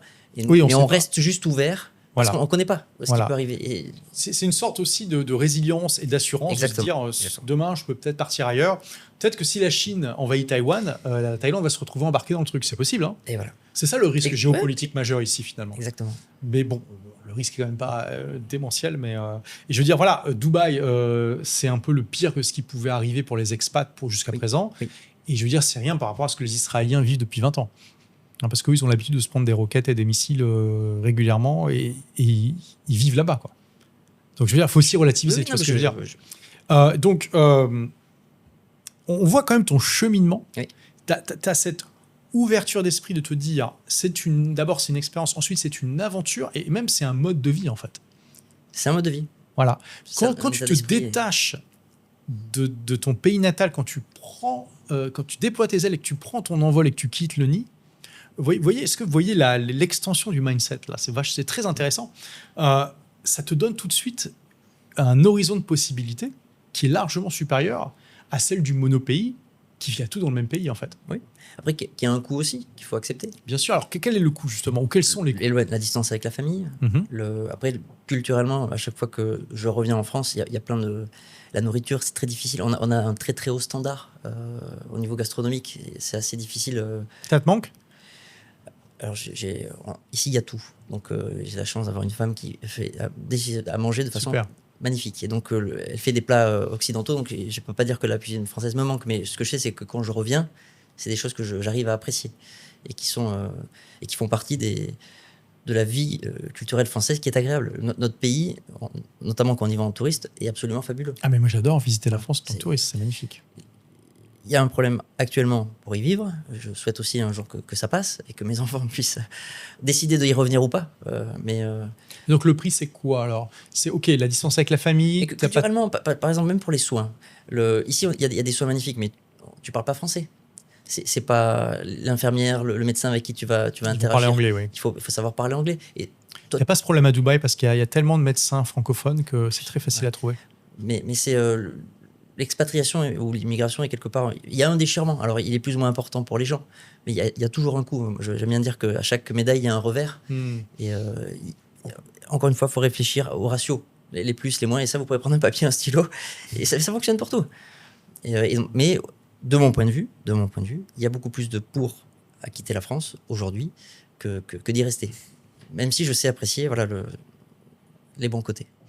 Et donc, partir avec des enfants en bas âge, c'est vraiment quelque chose qui fait beaucoup peur aux parents.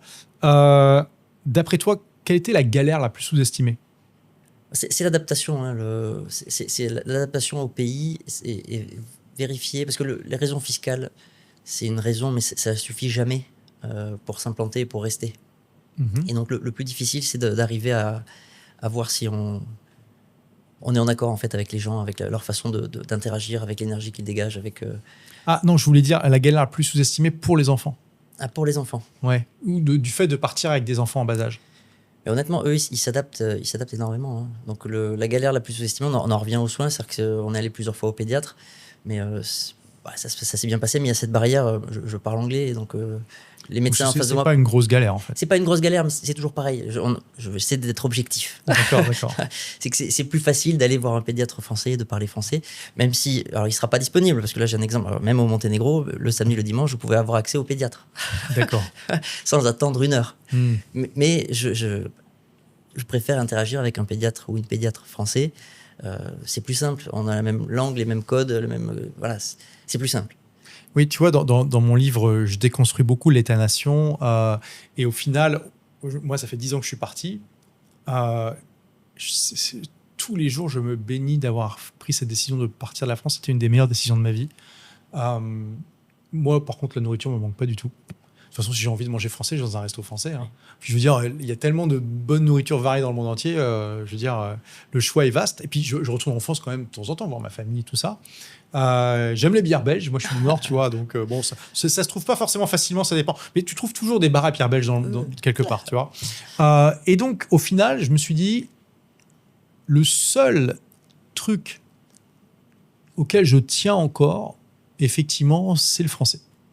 C'est la langue natale, et pourtant je suis bilingue en anglais. Mais clairement, mon anglais est peut-être à... Il n'est pas à 100% mon français. Il manque toujours de la nuance, et tu es toujours en train de traduire quand tu parles dans une autre langue. Et c'est vrai que j'ai remarqué quand même que donc à Dubaï, à Bangkok, etc., on est beaucoup entre francophones. C'est pas tant la nationalité, parce qu'il y a des Belges, des Suisses, etc., mais la langue est importante. Le plaisir d'échanger. Oui, le plaisir d'échanger. Et ça, c'est ce qui reste aux États-nations pour les expats qui sont partis. Tout le reste, on abandonne bien volontiers de manière générale, mais la langue, ça reste. Mais c'est parce qu'on a cette nuance et cette capacité d'expression qui n'est pas aussi bonne dans d'autres langues. Même s'il faut le dire, l'anglais, c'est quand même la langue universelle qui nous connecte tous entre nous, les digital nomades. Mais il y a ces îlots de langue un petit peu...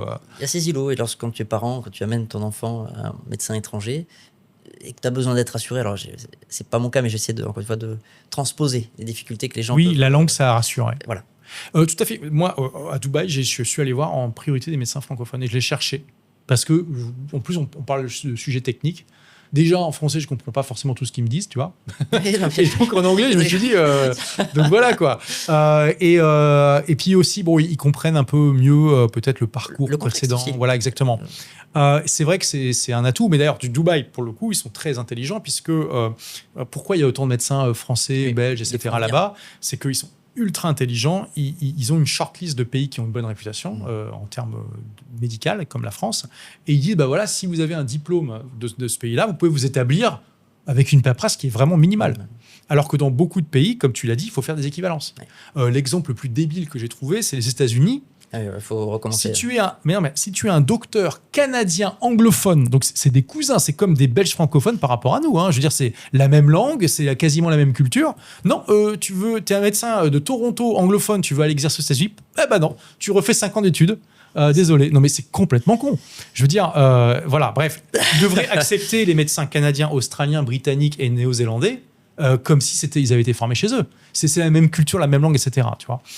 Mais là, à Dubaï, ils ont cette intelligence et c'est le gouvernement le plus compétent du monde, je pense, enfin un des gouvernements les plus compétents du monde, et ça permet aux gens de s'établir facilement. Mais toi, si tu voulais t'établir ici, il faudrait apprendre le thaï ou l'anglais. Bon, l'anglais, tu le parles. Oui, mais surtout, tu devrais faire une équivalence.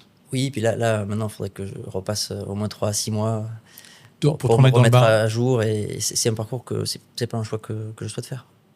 Bon, on a fait une petite parenthèse là, mais du coup, pour revenir, les enfants, finalement, c'est pas tellement une galère que ça. Non, du coup, ils s'adaptent. Voilà. Est-ce que tu t'es fait une montagne, ça peut être les enfants ou dans l'expatriation de manière générale, est-ce que tu t'es fait une montagne de quelque chose et qui, finalement, s'est révélé rien du tout? Oui, le côté administratif. Tu t'en faisais une montagne? Oui, parce que c'est un peu une allergie. Remplir des papiers, répondre à des questionnaires, apporter des documents. Et en fait, comme je m'y suis adapté et c'est plus facile qu'il n'y paraît de loin. C'est une barrière mentale que j'avais avant de, encore une fois, passer dans l'action et pas me poser des questions. Bon, je vais aller là, qu'est-ce qu'il demande? Il demande ça. Est-ce que je peux le fournir? Si tel document, je ne peux pas le fournir. Qu'est-ce qu'il faut? Voilà, avancer par petites actions, par petits objectifs pour réaliser ce qu'on veut. Et donc, j'en reviens à l'action. Je m'en faisais une montagne. Voilà. Et en fait, que ce soit au Monténégro, que ce soit en Thaïlande, et je suis sûr que ailleurs, ça serait... En plus, il y a des gens qui en font leur métier. Oui, on peut passer par des agences qui te mâchent le travail, parfois qui font tout à ta place. Exactement. Et ne serait-ce que le conseil, déjà, ils aident à comprendre ce qui est possible, ce qui n'est pas. Et ils peuvent faciliter beaucoup de démarches. Non, c'est vrai. Et ça ne coûte pas si cher que ça. Et souvent, ça ne coûte pas si cher que ça. Et dans certains pays, c'est concurrentiel. Tu peux même payer des gens qui vont faire la queue à ta place à l'immigration et tout ça. Oui. Mais c'est encore mieux comme en Thaïlande ou à Dubaï où tu n'as pas besoin de faire la queue à l'immigration. Mais bon. Au Monténégro, on a vécu un peu ça. C'est-à-dire que les gens qui nous accompagnaient nous faisaient passer... Dans les 16 VIP. Assez vite. Après, il y avait les enfants aussi, mais voilà. Aux Émirats, tu peux payer l'option VIP pour sauter les Ça filles. m'étonne pas. Ouais, l'administration, La file n'existe plus. c'est assez rigolo. Donc aujourd'hui, tu gagnes ta vie surtout en investissant ton capital dans les cryptos et en l'enseignant. Oui. Tu gagnes plus ou moins qu'avant quand tu étais médecin? Alors, je gagne moins. C'est une bonne question. Ah oui? Très tu sais pas? difficile. Non, Ouais. alors on va dire je gagne plus. Ça dépend des mois, tu veux dire. Mais si tu regardes, si tu lis sur l'année. Ouais, par exemple. sur l'année. On va dire sur l'année, je gagne plus, mais je dépense plus. Ah, tu gagnes plus Et sur l'année? Je gagnais pas. J'étais à l'hôpital public et je gagnais pas énormément. Ah ouais, d'accord. Je gagnais 4 500 € en gros si je fais une moyenne. T'es sérieux? Oui, avec les gardes complètes. La dernière Après année. 11 ans d'études? Et les 2 premières années, parce que la dernière année, j'étais chef de clinique, donc j'étais payé à la fois par l'hôpital et par l'université. Mais les 2 premières années, j'avais un statut d'assistant des hôpitaux et là, j'avais pas le revenu de l'hôpital.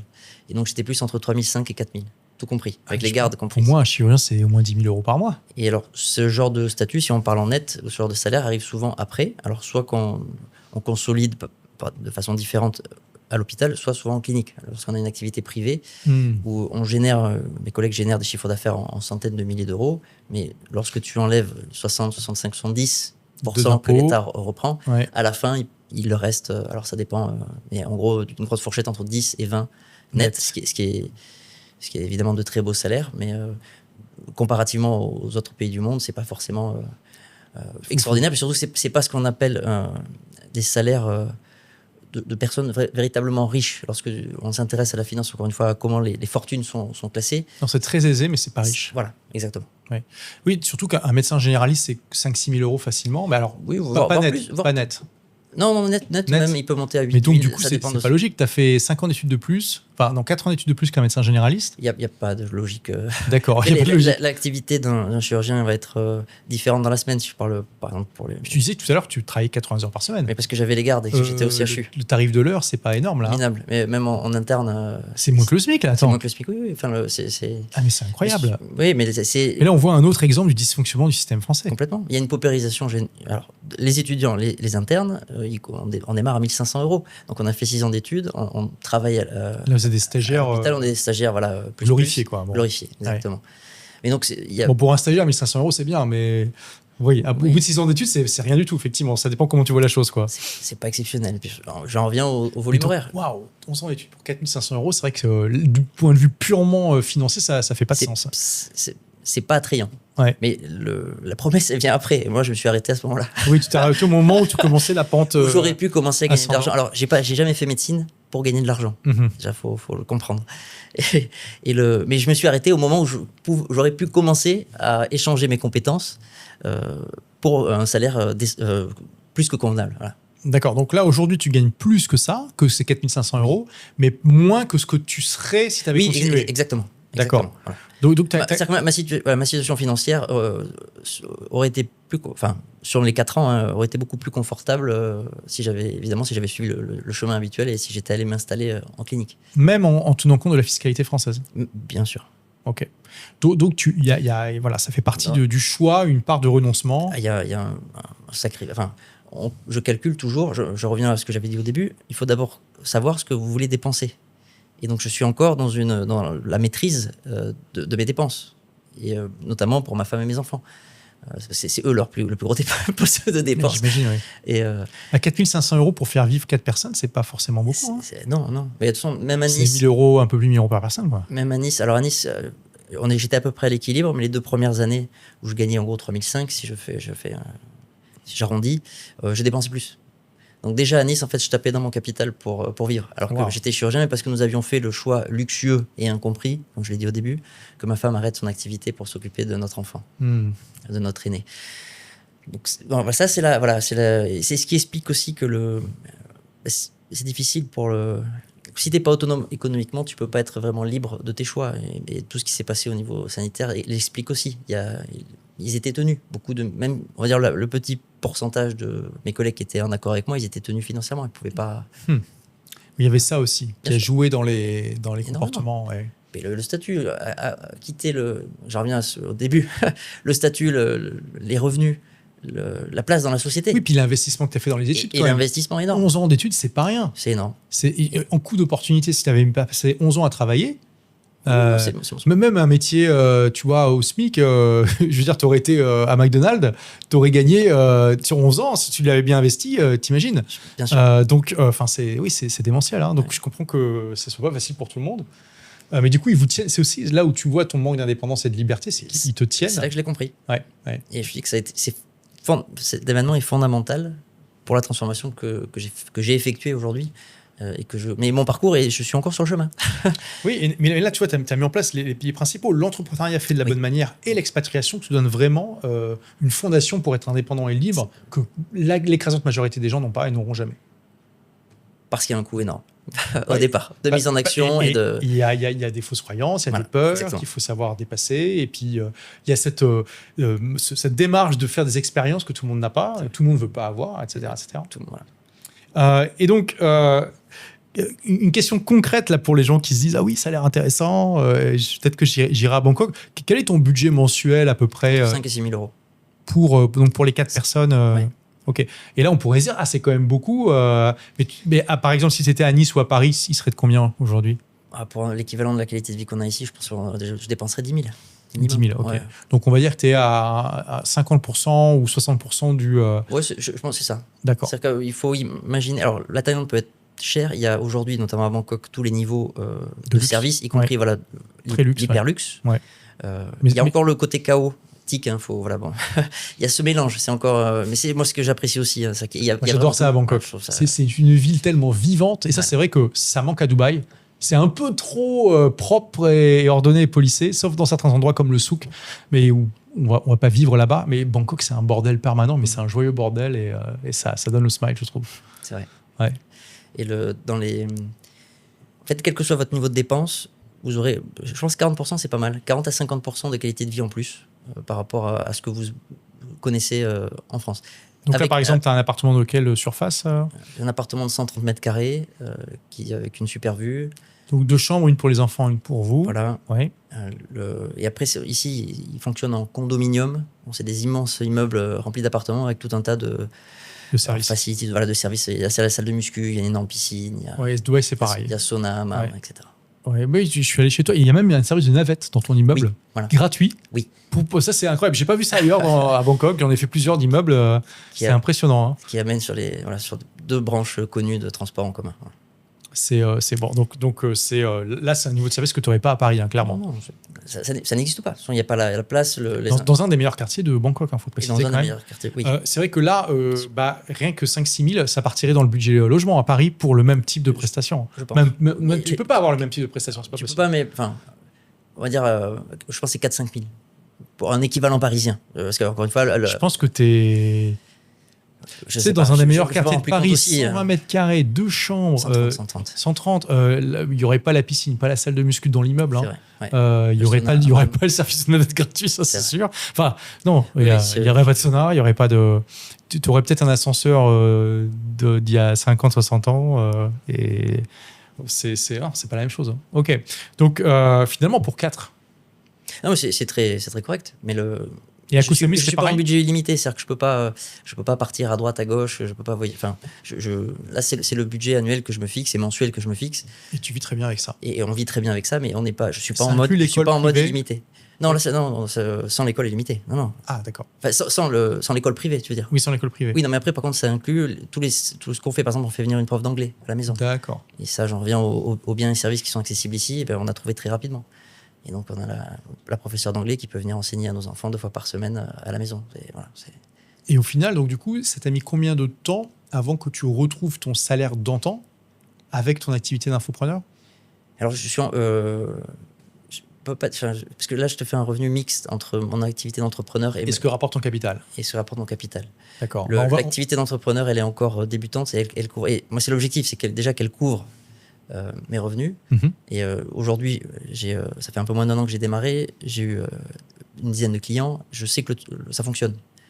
Et donc là, j'en suis à essayer de communiquer sur ce que je fais désormais pour arriver à recruter en dehors de mon réseau. Car jusqu'à maintenant, les clients, quasiment tous, ils viennent parce qu'ils connaissent quelqu'un qui me connaît et qui sait que je ne suis pas un arnaqueur, même si je les amène encore une fois dans la DeFi, que j'utilise les cryptos comme outil. Et donc là, j'en suis à la phase où il faut que je développe la communication et que je recrute pour faire que cette activité soit pérenne. Voilà. Donc là, tu as vraiment, en plus, l'expertise de vivre de ton capital avant de l'enseigner, ce qui n'est pas le cas toujours tout le monde dans le milieu. Donc, je suis ce qu'on appelle skin in the game. Ouais, skin in the game. Et tu dis ce que tu fais, tu fais ce que tu dis. Exactement. Et donc, pour ceux qui veulent savoir, d'ailleurs, on mettra le lien en description. C'est quel site ? J'ai une petite chaîne YouTube. Et sinon, mon site, c'est monnaie et liberté, tout en français au pluriel.com. Ok. Ils peuvent aller tu enseignes ton modèle dessus. Et là, ma promesse, c'est que je leur apprends à être autonomes dans la gestion de leur capital. Et pour ça, je leur transmets tout un tas de compétences, mais pour qu'à terme, ils aient plus besoin de moi et qu'ils aient besoin de personne pour choisir ce qu'ils feront avec leur argent. Et les cryptos, la finance décentralisée, ce n'est que des outils pour apprendre les différents services et leurs risques, leur rendement et leurs risques. Voilà. Ok. Est-ce que la solitude de l'expatrié, ça existe ? Ou tu t'es toujours senti bien, tu as toujours réussi à trouver des communautés dans lesquelles t'intégrer ? Alors, c'est la solitude que j'ai ressentie, c'est la solitude de l'infopreneur ou l'entrepreneur. Je pense que ça, j'ai regardé, depuis qu'on se rencontre, je crois que je vois plus d'infopreneurs ou d'entrepreneurs qui discutent. Et j'ai vu cette réflexion passer beaucoup, la solitude, la traversée du désert. Et c'est quelque chose qui a plus réveillé en moi que la solitude à l'étranger, parce que ce soit au Monténégro, comme je t'ai dit, à chaque fois tu étais voir des amis. On s'est retrouvé, je me suis retrouvé entouré. Pareil à Samui, c'est grâce à des amis, donc on a de suite rejoint leurs amis à eux. Et ici, j'ai eu la chance, grâce à Tom que je salue, de te rencontrer de suite, parce que j'arrivais, je m'installais, qui nous a présenté, et toi tu m'as présenté. Salut Tom. Effectivement, vous étiez rencontrés vous-même dans un événement il y a 4 ans à Surfing Bitcoin, voilà, à Biarritz, pour un événement crypto. Voilà, au tout début j'avais pas encore décidé de cette transition, mais en tout cas, je m'intéressais évidemment déjà à Bitcoin et aux crypto-monnaies, et j'ai pu rencontrer des mineurs, tout l'écosystème français à l'époque, ils étaient tous là, ce qui était assez extraordinaire. Hein, et j'en ai encore des amis. Thomas Charbonnel, que je salue aussi, qui est mineur de Bitcoin. Enfin, des mecs exceptionnels qui m'inspirent et avec qui je suis toujours en contact étroit. Oui, donc finalement, cette solitude de l'entrepreneur, il y a plein de gens qui la vivent en étant à leur pays natal. Oui. Parce qu'ils ne sont pas de proches entrepreneurs autour d'eux. Mais finalement, toi, tu as eu l'occasion de te connecter avec des amis, mais au final, c'est quand même pas compliqué de se connecter à des communautés de digital nomads en ligne, que ce soit en anglais, en français ou dans d'autres langues. Il suffit de taper sur Facebook Digital Nomads, de regarder les groupes Discord, etc. Et ça se trouve facilement. On arrive à la fin de cette interview. Soyons honnêtes, est-ce que tu t'es dit parfois que c'était vraiment une connerie monumentale de t'être barré comme ça ? Non. Jamais ? Non, je suis pas j'ai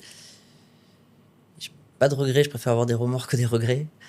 Et souvent, mes choix, en fait, je les ai pensés, assumés. Alors après, est-ce que si je referais toujours pareil, si tu refais tout, est-ce que je referais tout pareil ? Non. Avec toutes les informations, vu que j'aurais des informations différentes, je prendrais une décision différente. Mais je regrette pas le chemin, je regrette pas le choix. J'en suis d'ailleurs très fier. Je suis très fier de ce choix qui participe à ma transformation et participe au chemin et tu vois, au fait. Alors, il y a eu le choix de ne pas se faire vacciner, c'est ça dont tu parles, et il y a eu le choix de partir. Je sais pas duquel tu parles. Ou tu parles des deux en même temps ? Les deux. Ouais. En fait, parce que le fait de partir m'a aidé à cette mise en mouvement, ça m'a aidé pour le reste. Et j'ai arrêté la chirurgie par choix. C'est pas à cause de l'État français. Et ça, c'est clair dans ma tête. Parce que tu aurais pu revenir. J'aurais pu revenir, j'aurais pu aller travailler à l'étranger. Là, si tu retournais aujourd'hui, tu pourrais encore exercer ? Il faudrait que je repasse, il faudrait que je me réinscrive au Conseil de l'Ordre et que je repasse tout un tas pas d'équivalence, mais une remise à niveau. Que je fasse ce qu'ils me demandent pour la remise à niveau et après, oui, je pourrais. Ça prendrait combien de temps ? 3 à 6 mois, je pense. D'accord, quand même. Ouais, minimum 3 mois, je pense. Mais je ne sais pas ce qu'ils me demandent, je ne compte pas leur demander, mais je pourrais le faire surtout. Mais ils ont suspendu la suspension. Ils ont suspendu la suspension. Mais si demain il y a un nouvel épisode, ils peuvent réactiver la loi. Et donc je ne veux pas être sous cette épée de Damoclès. Et donc voilà, je regrette pas de fait d'être. Et exercer à Dubaï, non ? Et j'ai fait une croix sur ça. Tu penses pas que tu vas redevenir chirurgien un jour ? Dans mon idéal, pareil là, si on fait tous les futurs, dans l'idéal, je reviens à la chirurgie. Pas pour une histoire de cash flow. Je veux pas que ce soit. J'ai pas fait médecine je suis un soignant au fond de moi. Tu vois, je suis un conseiller spécial. Le médecin, le chirurgien, on est des conseillers. C'est ce que je suis profondément. Là, je conseille sur la finance, mais peut-être que demain, je conseillerai pour autre chose. D'ailleurs, je crois que j'en ai déjà parlé. J'ai aussi un ami associé désormais dans une conciergerie médicale. Donc j'ai encore un pied dans cet écosystème de la santé que je compte pas quitter, qui m'anime, mais je veux plus que ce soit mon cash flow. Et donc le jour où je reviens et où j'utilise ces compétences, ça sera parce que j'aurai des revenus illimités et parce que j'aurai envie de le faire. Pour rendre service, tu vois. Pas pour... Tu pourrais faire partie de ces médecins qui vont dans des navires hôpitaux en Afrique. Exactement. Par exemple, en tout cas, c'est la question que je me poserai le jour où j'aurai mis à l'abri ma famille, ma femme, mes enfants, et où j'aurai entre guillemets que ça à penser. Tu sais exactement quelle est la somme qu'il te faut pour ça ou... Ouais, j'ai un objectif, mais c'est en multimillions. Mais c'est parce que je pars de qu'est-ce que je. En fait, si vous voulez savoir quel capital liquide il vous faut minimum pour être complètement indépendant, vous prenez vos dépenses et vous les multipliez annuelles et vous les multipliez par 25. Parce que donc c'est la fameuse règle des 4%. Exactement. Et pour être conservateur, tu prends 3,5. Allez. Pour être, voilà. Donc du coup, il faut multiplier par un peu plus, mais ouais. Oui, c'est ça. Donc vous prenez vos dépenses annuelles, vous multipliez par 25, ça vous donne le capital à avoir. Parce que comme si vous prenez que 4% par an, ça va couvrir vos dépenses, mais normalement, d'après les études, ça va vous permettre de durer sur ce capital très longtemps, peut-être même de manière indéfinie. C'est un peu la fourchette basse de ce qu'on peut sortir sans prendre trop de risques, sans avoir besoin de s'exposer à des actifs volatiles. Là, qui recommande 3,5 quand même. 3,5. Juste pour être sûr. 3. Ouais. Même 3 si on ajoute la fiscalité. Alors 3, oui. Mais déjà, 3 en net, si on atteint les 25 fois de ses dépenses, voilà. Oui. En fait, ça veut dire que même, admettons, que vous entamiez ce capital vraiment pour le reste de votre vie, ça veut dire que ça vous laisse 25 ans de dépenses. Ça laisse le temps de voir venir quand même. Ça laisse le temps de se reconvertir, de se retourner. On est quand même tranquille. Exactement. 25 ans de dépenses, il y en a beaucoup qui aimeraient avoir ça. Hein. Est-ce que tu dirais que l'expatriation a mis ton couple en danger à des moments ou pas? Alors, c'est une question intéressante. Je dirais non, parce qu'on est très solide. Mais il y a eu des moments... en fait, comme c'est moi qui assume financièrement la famille et qu'il y a une incertitude immense lorsqu'on est skin in the game et qu'on dépend des marchés, je ne transmets pas à ma femme les différents stress que le marché peut provoquer. Du moins, j'essaye. Donc, tu prends sur toi. Voilà. T'essaies de créer une sépare, j'ai toujours séparé, de toute façon, que ce soit le stress de la chirurgie ou j'essayais quand je quittais l'hôpital, même si c'est des métiers où on rentre, on pense à ses patients, on pense à ce qu'on a fait. Tous les métiers à responsabilité sont comme ça, de toute façon. J'imagine qu'il y a des fois, tu as opéré des gens qui sont morts. Et que c'est pas forcément... Il y a des complications, enfin, il y a toujours un truc pour y penser. Mais en rentrant, j'essaie toujours de ne pas faire subir ce stress. Et donc, je le réplique au mieux pour les marchés. Mais il y a forcément eu des moments où j'ai dû être impacté, où il y a des moments de doute aussi, encore une fois, dans cette construction d'infoprenariat, dans cette traversée du désert, dans ce changement, dans cette crise d'identité, et qui, elles, ont pu... alors, pas la faire douter, mais j'ai senti... j'ai un moment en tête, que je n'en ai jamais parlé, mais où j'ai bien senti qu'elle elle aussi commençait à douter. Et j'ai mis en place et j'ai fait ce qu'il fallait pour qu'elle soit sécurisée. Mais non, c'était en arrivant quelque part en Thaïlande. Mais... D'accord. Ok. Donc là, tu as mis en place quelque chose pour qu'elle soit sécurisée, elle. Oui. Ouais, ok, donc finalement, c'est être à l'écoute de l'autre, savoir anticiper les problèmes. Et discuter. On est complémentaires. Tout ce que je construis, tout ce que je fais, je ne peux pas le faire sans elle. Ce qu'elle fait avec nos enfants, pour moi, c'est inestimable. Donc, et elle me permet de construire les conditions et les sources de notre souveraineté et confort économique futur. Voilà. Et puis c'est vraiment une aventure que vous faites tous les deux, une fondation que vous faites ensemble. Alors, on arrive vers la fin, donc là, il n'y a plus que les gens ultra motivés qui sont avec nous. Mais d'après toi, quelle est la plus grande excuse mensongère, la croyance limitante que se racontent les gens qui rêvent de partir mais qui ne partent pas? C'est trop dur. Ils cherchent toujours une excuse pour ne pas passer à l'action. Ouais. Il y a toujours une bonne raison. Il y a toujours une bonne raison. En fait. Parce qu'il faut bien comprendre ça, il n'y a jamais de bon moment pour partir. Non. Il n'y a jamais de bon moment, il y a toujours de bonnes raisons. Enfin, il y a toujours une bonne raison de rester. Vous allez littéralement en trouver une jusqu'à la fin de votre vie. Si vous le voulez. Tout le temps. L'exemple de mon bébé. Oui, alors là, c'est l'exemple parfait. C'est a priori une contrainte énorme. En fait, on trouve il est juste de net quand même. Oui, mais on trouve des solutions. On s'adapte. Et il faut ça demande de la résilience, mais vous trouverez toujours des solutions. Voilà. Si c'est clair pour vous, si la décision elle est claire pour vous, si vous avez suffisamment de bonnes raisons pour partir, en fait, la mise en action vous fera que vous vous adapterez. Et donc, quelle que soit votre raison, elle est probablement décalable ou modifiable. Et donc là, tous les gens qui nous regardent encore et Oui. qui se disent « Ah là là, mais j'ai trop envie de m'expatrier », mais qui ont peur, tu leur dirais quoi du coup? Mais qu'ils le fassent, qu'ils restent dans l'action, qu'ils passent à l'action. Et ça peut commencer juste par se renseigner sur le DTP, par exemple, s'ils veulent venir en Thaïlande. Ah, mais c'est quoi les documents qu'on demande? Ah, mais il a dit 300 ou 400 euros. Je vais vérifier. Voilà. Alors, Allez voir, taper il y a un site visa, officiel, voilà. DTV Thaïlande. Il y a tout. Passez pas par une agence, vous pouvez si vous voulez, mais Moi, je l'ai fait tout seul, ça m'a pris 20 minutes. Moi, je suis passé par une agence parce que j'ai la famille et tout, mais. Le seul critère, alors, soit vous avez 15 000 € sur un compte bloqué depuis 3 mois, ça c'est, ils regardent. Ouais. Soit vous dites que vous allez suivre des cours de cuisine thaï, de thaï ou de boxe thaï. Voilà. Et en gros. Il faut s'inscrire à une école et c'est la raison. C'est la raison qui motive l'obtention de ce visa. Exactement. Et en sachant qu'ils ne sont pas compliqués. Hier, je discutais avec un petit jeune de 19 ans qui a fait exactement ça et qui m'a dit il y a juste 4 heures de cours par semaine. Donc, je veux dire, c'est pas non plus, c'est pas non plus la mer à boire. Il prend des cours de thaï et il commençait déjà à parler thaï avec les serveurs, ce qui était d'ailleurs assez impressionnant. Ok, donc oui. Donc, faire un premier petit pas et puis... Voilà, quelle est la première action que vous pouvez faire? Petite, pour la faire. Pour éventuellement avancer vers ce projet immense qui est un projet d'expatriation qui est quand même toujours immense à l'échelle individuelle. Voilà. Et donc, dans 10 ans, tu te vois où? C'est une bonne question. Je me visualise pas. J'arrive pas à me visualiser dans 10 ans encore. Je me vois un peu comme toi, dans le sens avec une base, mais est-ce qu'elle sera à Bangkok ou est-ce qu'elle sera ailleurs, je sais pas. Mais avec cette liberté géographique que je souhaite. Et cette résilience économique qui me permettra cette liberté géographique. C'est vraiment ça que je vise. Souverain sur mes moyens de production, souverain sur mon capital et souverain sur ma liberté d'action. J'en reviens à la monnaie. Parce qu'un de mes dadas, c'est la monnaie. Qu'est-ce qu'une monnaie? C'est ce qui m'a plongé dans tout l'écosystème Bitcoin. T'es pas le seul. Voilà. Ouais. Et c'est qu'un outil, c'est un très mauvais maître, mais c'est un excellent serviteur. Oui. Et il n'est pas bon ou mal, c'est un outil. Et cet outil, il est au service de nos actions. C'est des capacités d'action, c'est un équivalent énergétique. Enfin, il y a plein de façons de le voir, mais bon, c'est un outil conceptuel voilà, qui représente la valeur. Mais on peut s'en servir surtout pour agir et pour choisir ce qu'on veut faire. Voilà, c'est pas une fin. Voilà. Et donc c'est comme ça que je me vois. Donc avec une base, ma femme, mes enfants. Et en ayant l'argent comme bon serviteur. Et en ayant l'argent comme bon serviteur pour aller voir ma famille, pour les faire venir si jamais, pour X raison, ils veulent venir et s'expatrier à leur tour. J'essaie de les convaincre, hein. Pour l'instant c'est pas le cas. Mais au moins de venir te visiter. Oui, ils le font déjà. D'accord. Oui, bah, c'est vrai que si tu me poses la question, moi je ne saurais pas du tout te dire où je serai dans 10 ans, mais pareil, je serai toujours libre d'aller où je veux, à la tête de mon entreprise idéalement, et puis voilà, avoir cette liberté de pouvoir m'incarner physiquement dans les endroits du monde qui m'intéressent. C'est ça en fait. Hein. Exactement.